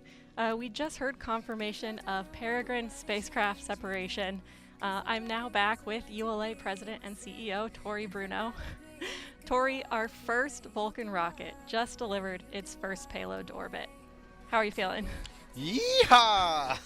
I am so thrilled. I can't tell you how much. Absolutely. And again, we're not completely done with the mission here today. Is there anything else that you want to share with the audience? I am so proud of this team. Oh my gosh, this has been years of hard work. So far, this has been an absolutely beautiful mission back to the moon and off to our next burn, where we will do our final payload deployment to that heliocentric orbit for the memorial.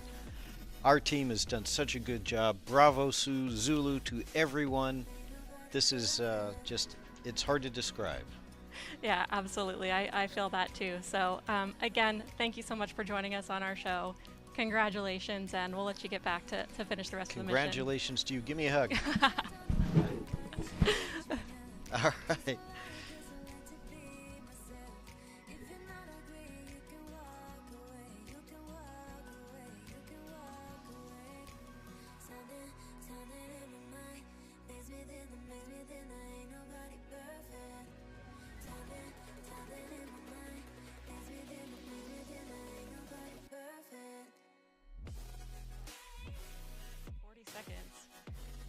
We're going to pass the broadcast back to the NASA team to continue mission coverage. We'll be joining back in as we approach the final engine burn. Over to you, Megan. Thank you, Amanda, and well done, ULA team.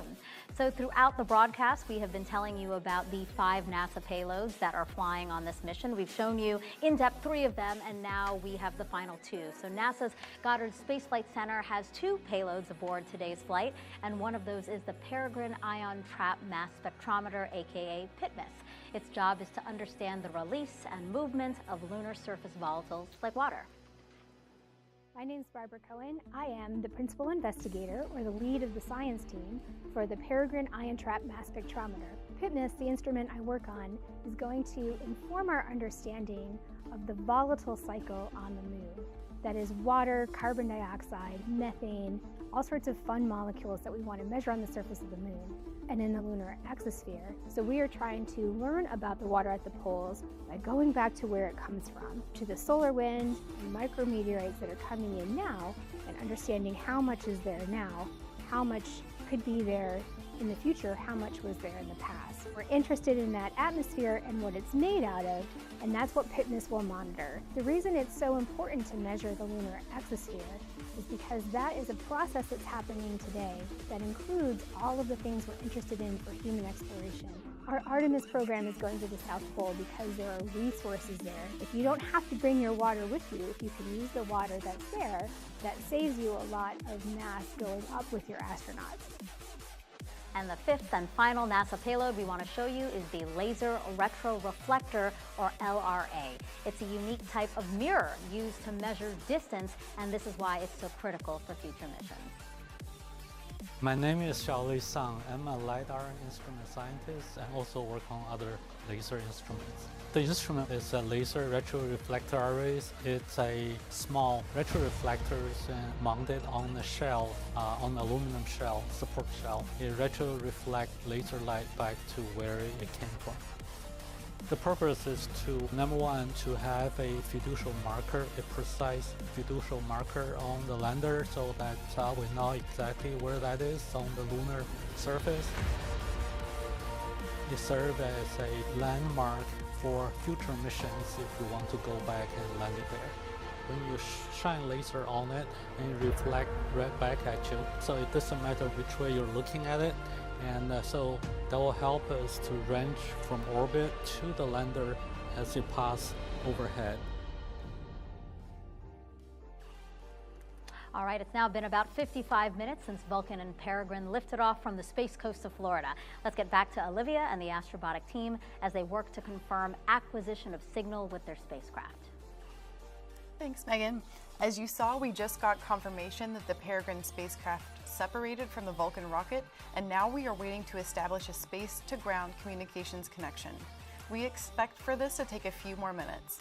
This connection helps engineers in Astrobotic's Mission Control Center pass commands, receive telemetry, and determine the location of Peregrine in space. Peregrine will be utilizing NASA's Deep Space Network, or DSN, their 34-meter dishes in Australia, Spain, and California. These dishes are the same suite used to communicate with the James Webb Telescope, as well as other historic missions.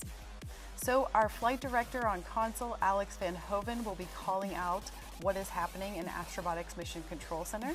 And now, as we look at Astrobotic's Mission Control Center, you can see the rows of our staff all monitoring the spacecraft. In the room today, we have 3 of 6. This is Mission Control Flight Director announcement. Repeat broadcast. This is Mission Control Flight Director with an announcement. The mission team is still waiting for communications with Peregrine with earliest AOS at 080905 UTC in approximate 2.5 minutes. To repeat, the mission team is still waiting for communication with Peregrine with the earliest AOS expected at 080905 UTC. And folks, that was Alex Van Hoven, our flight director on console. He is calling out UTC times, or sort of space times, and we're waiting for that acquisition of signal with the Peregrine spacecraft. Correction. Earliest AOS at 0818 UTC. Earliest AOS at 0818 UTC.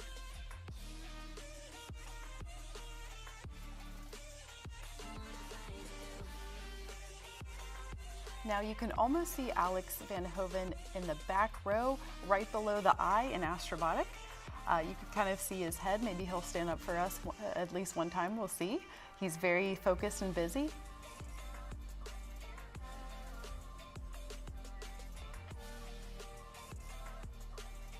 Today we have 3 of 6 flight directors on console for launch.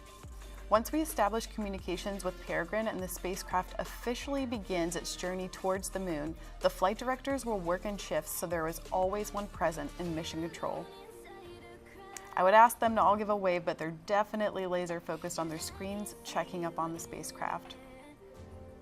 Now Alex, he's giving us those live updates, and he is also senior aerospace engineer, and he oversaw the development of Peregrine's in-flight procedures. He developed his flight expertise as part of NASA's Goddard Space Flight Center.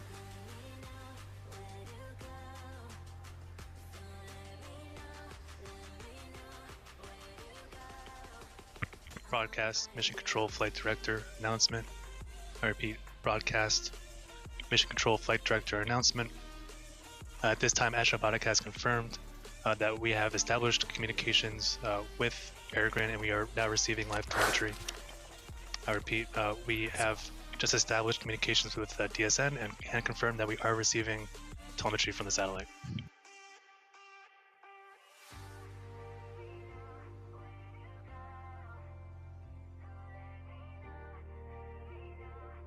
Confirming, my goodness.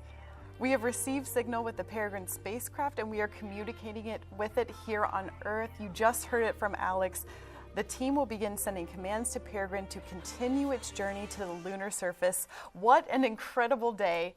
Now, thank you so much for continuing to tune in with us to watch this historic launch of Astrobotic's Peregrine Lunar Lander on its journey to the moon.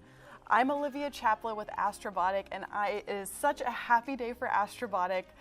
I'm kind of speechless. So back to Megan at the hostess. Thank you very much. Hey, congratulations, Olivia. I know that must have been really nerve-wracking to see such a big moment and it being finally here. So congratulations to her and the rest of the team. And actually right now here with me, I have Andy Jones, and he is the Director of Landers and Spacecraft for Astrobotic. And Andy, I saw you were over off the camera, but I saw you go, yes, as soon as we confirmed acquisition of signal. So talk us through that. How are you feeling? Relieved. More than anything else, relieved. I mean, getting communication is just so important to everything else we want to try and do. So now I can start enjoying the moment, enjoying the excitement of getting into space. Yeah, at least you didn't have to wait long. You know, there was No. a window, right? We got it right at the beginning of the possible Exactly. window. So just a credit to all the great work the team has done to actually get it, to acquire it so fast. Yeah. It's just a brilliant set of machine, brilliant people working on it, so Yeah. very proud. Yeah, what would you say to the team? You know, again, I know that you guys have been working on this for years. What would you say to them as it culminates in this moment right now? Get back to work. No? Not even going to give them a break. Okay, we're hard-working folks at Astrobotic, guys. No, extremely proud. The team should be extremely proud of themselves. It's been a fast road, a lot of setbacks, a lot of ups, lots of downs. The team took everything in their stride and, as you can see, achieved remarkable things. So proud of everybody, what they've done. Inspirational to everybody. Yeah. And what's next for Astrobotic and NASA? You know, it seems like we're going back to the moon for a second time, huh? It is. So once obviously successful completion of this mission, we have Griffin, which takes the Viper rover to the moon late 2024.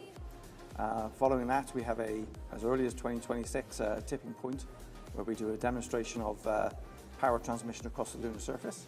And also Astrobotic is part of the national team led by Blue Origin to take humans back to the moon, and we're part of the cargo lander system for that. So a lot of things to look forward to. Lots to look forward to, yeah. And just by one last question for you, I mean, just what do you think of this new initiative that NASA has to really bring in all of these small U.S. companies to hopefully help us all go back to the moon? This initiative is incredibly important. It allowed a small company like Astrobotic to actually deliver a lander to the moon. We'd have never been able to achieve it without that. But the best thing is it's bringing a lot more creative minds, new thinking to the table, and that will help us accelerate the technologies needed to get us back to the moon and have a robust resource and presence on the moon. So the more, it's very important for us to be there, and it's just helping us get there much faster. Andy, thank you so much, and congratulations again. Thank you very much. And that's going to do it for us here at Kennedy Space Center. Thank you for sharing in the excitement of NASA's first CLIPS launch. Now on its own, the Peregrine spacecraft will coast for an expected arrival at the moon on February 23rd. And coverage of that landing, one of the first U.S. landings on the moon in over 50 years, that will be broadcast on NASA TV and NASA Plus. For those of you watching on ULA platforms, the ULA version of the simulcast will continue in a few moments as they await another milestone in this inaugural Vulcan flight. Again, thank you so much for joining us. We leave you now with a final look at today's historic launch.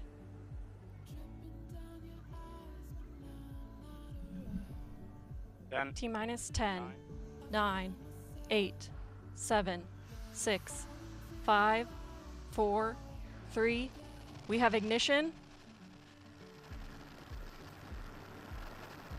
and liftoff of the first United Launch Alliance Vulcan rocket, launching a new era in spaceflight to the moon and beyond. Engines operating normally. 2 good SRBs, hitting peak pressure on the SRBs. Everything looking good.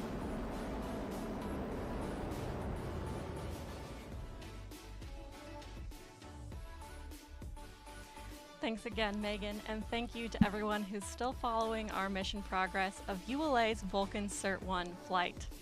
For those of you that are just tuning in, I'm Amanda Sterling, and I'm here at ULA's Advanced Spaceflight Operations Center at Cape Canaveral Space Force Station in Florida. ULA's Vulcan CERT-1 mission lifted off on its inaugural flight at 2:18:38 a.m. this morning, and all systems continue to operate nominally. Our next mission event is the 3rd main engine burn, which will carry the Celestis Memorial Spaceflight payload to deep space. While we wait, let's learn more about this special payload. One of the most incredible commemorative memorials in human history had its origin in a promise. As the rocket carrying the ashes of Star Trek creator Gene Roddenberry and others soared into the heavens, Gene's wife, actress Majel Barrett, Nurse Chapel and the voice of the Enterprise computer, asked Celestis chairman Charles Chafer to promise that when her time comes, part of her and Gene would fly together. Soon, that promise will be fulfilled. Gene, Majel, James Scotty Doohan, Michelle Nichols, and DeForest Kelly, along with living DNA from Rod Roddenberry, son of Gene and Majel, will fly on the most ambitious and inspirational mission Celestis has ever mounted. The Celestis Enterprise Memorial Spaceflight will carry the Star Trek royalty, along with ashes and DNA of more than 260 participants on a mission to deep space. On board the Celestis spacecraft, precision-machined, spaceflight certified, personally engraved flight capsules will reach deep space on a rocket named Vulcan. After releasing its robotic payload towards the moon, Vulcan's Centaur 5 stage will fire, sending this unique Celestis emissary on an endless journey more than 100 million miles from Earth. Enterprise will orbit the Sun forever, carrying its spacefaring payload for billions of miles through interplanetary space. Families of Enterprise flight participants will be attending the Florida launch as VIP guests, celebrating the ultimate memorial service as their loved ones' capsules lift off from Cape Canaveral Space Force Station. Celestis salutes all the participants on Enterprise flight and thanks United Launch Alliance for making the dreams of participants from around the world become real.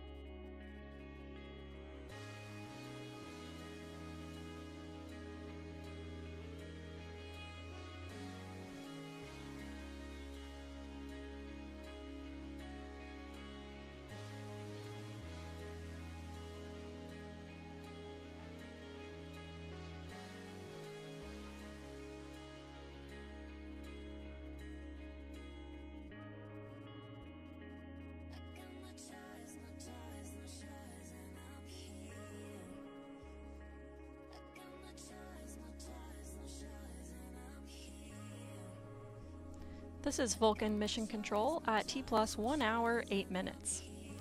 The Vulcan rocket we saw today has a distinctive look. Here is a behind-the-scenes view at how this was accomplished.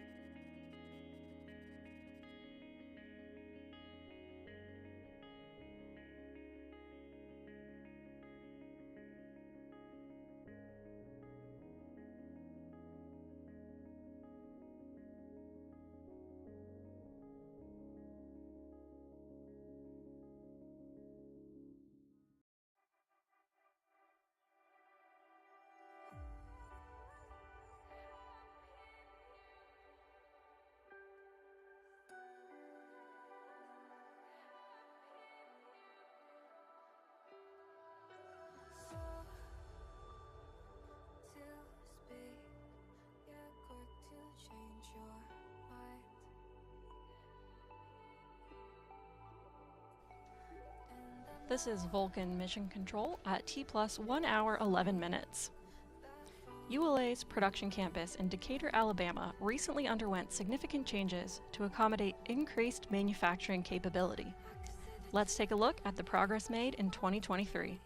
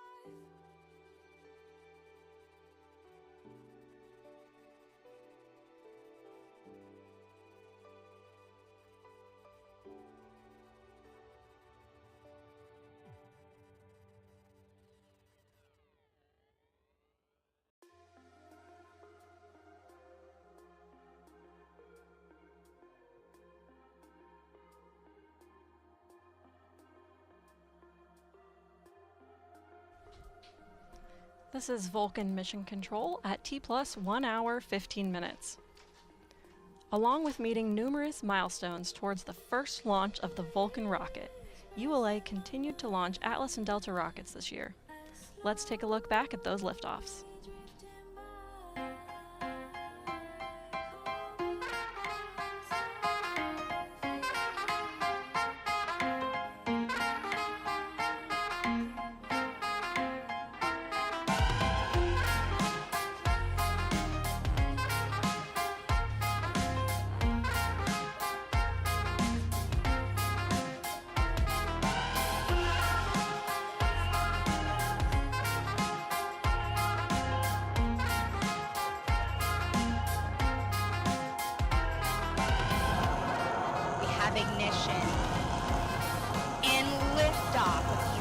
Launch Alliance Delta IV Heavy rocket carrying NROL 68 for the National Reconnaissance Office.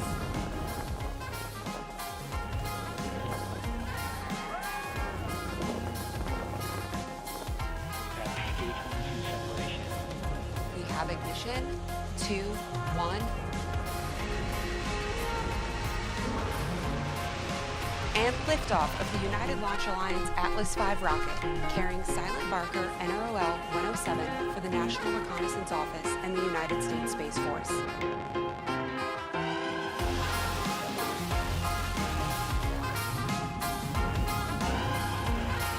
And liftoff of the United Launch Alliance Atlas V rocket, carrying the proto-flight mission for Amazon's Project Kuiper.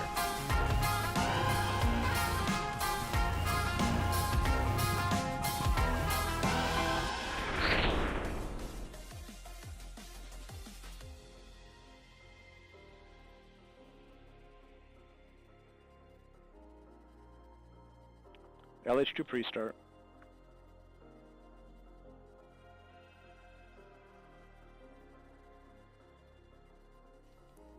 This is Vulcan Mission Control at T plus 1 hour, 17 minutes. Seguindo a última queima. We're coming up on our next mission events.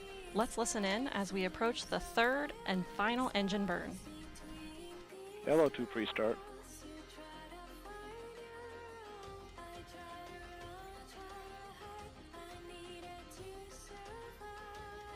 PU to start position. Coming up on MES 3, this will be a 20-second burn.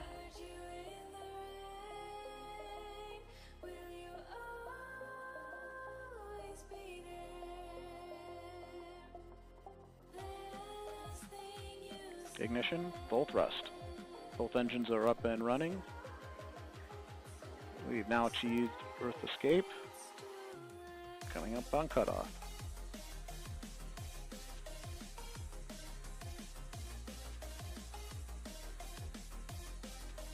Cutoff. Right on time. Everything was nominal. And with the completion of this Earth escape burn, this concludes the commentary for the flight of EC-1.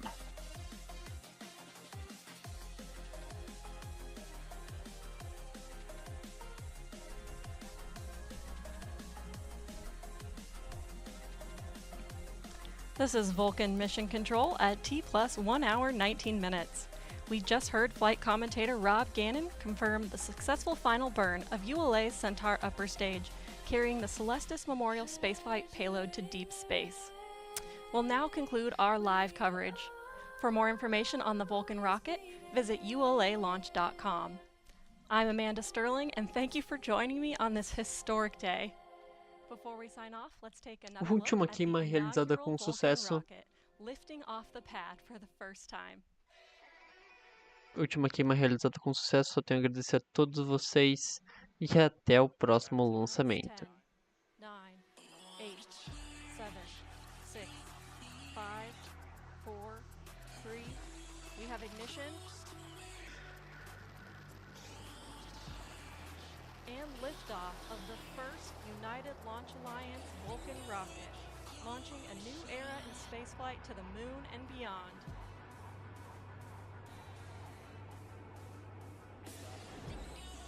Good SRBs, hitting peak pressure on the SRBs.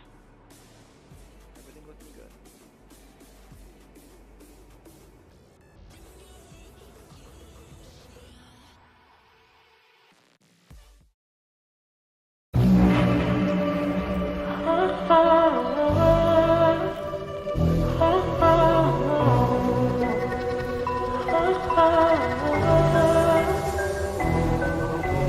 You say I'm craving hope in this darkness.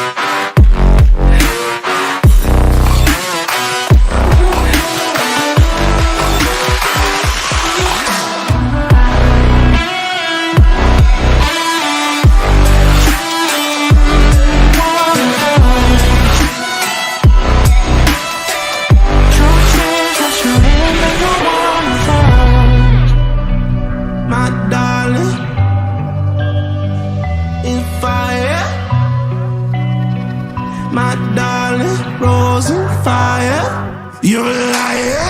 You say my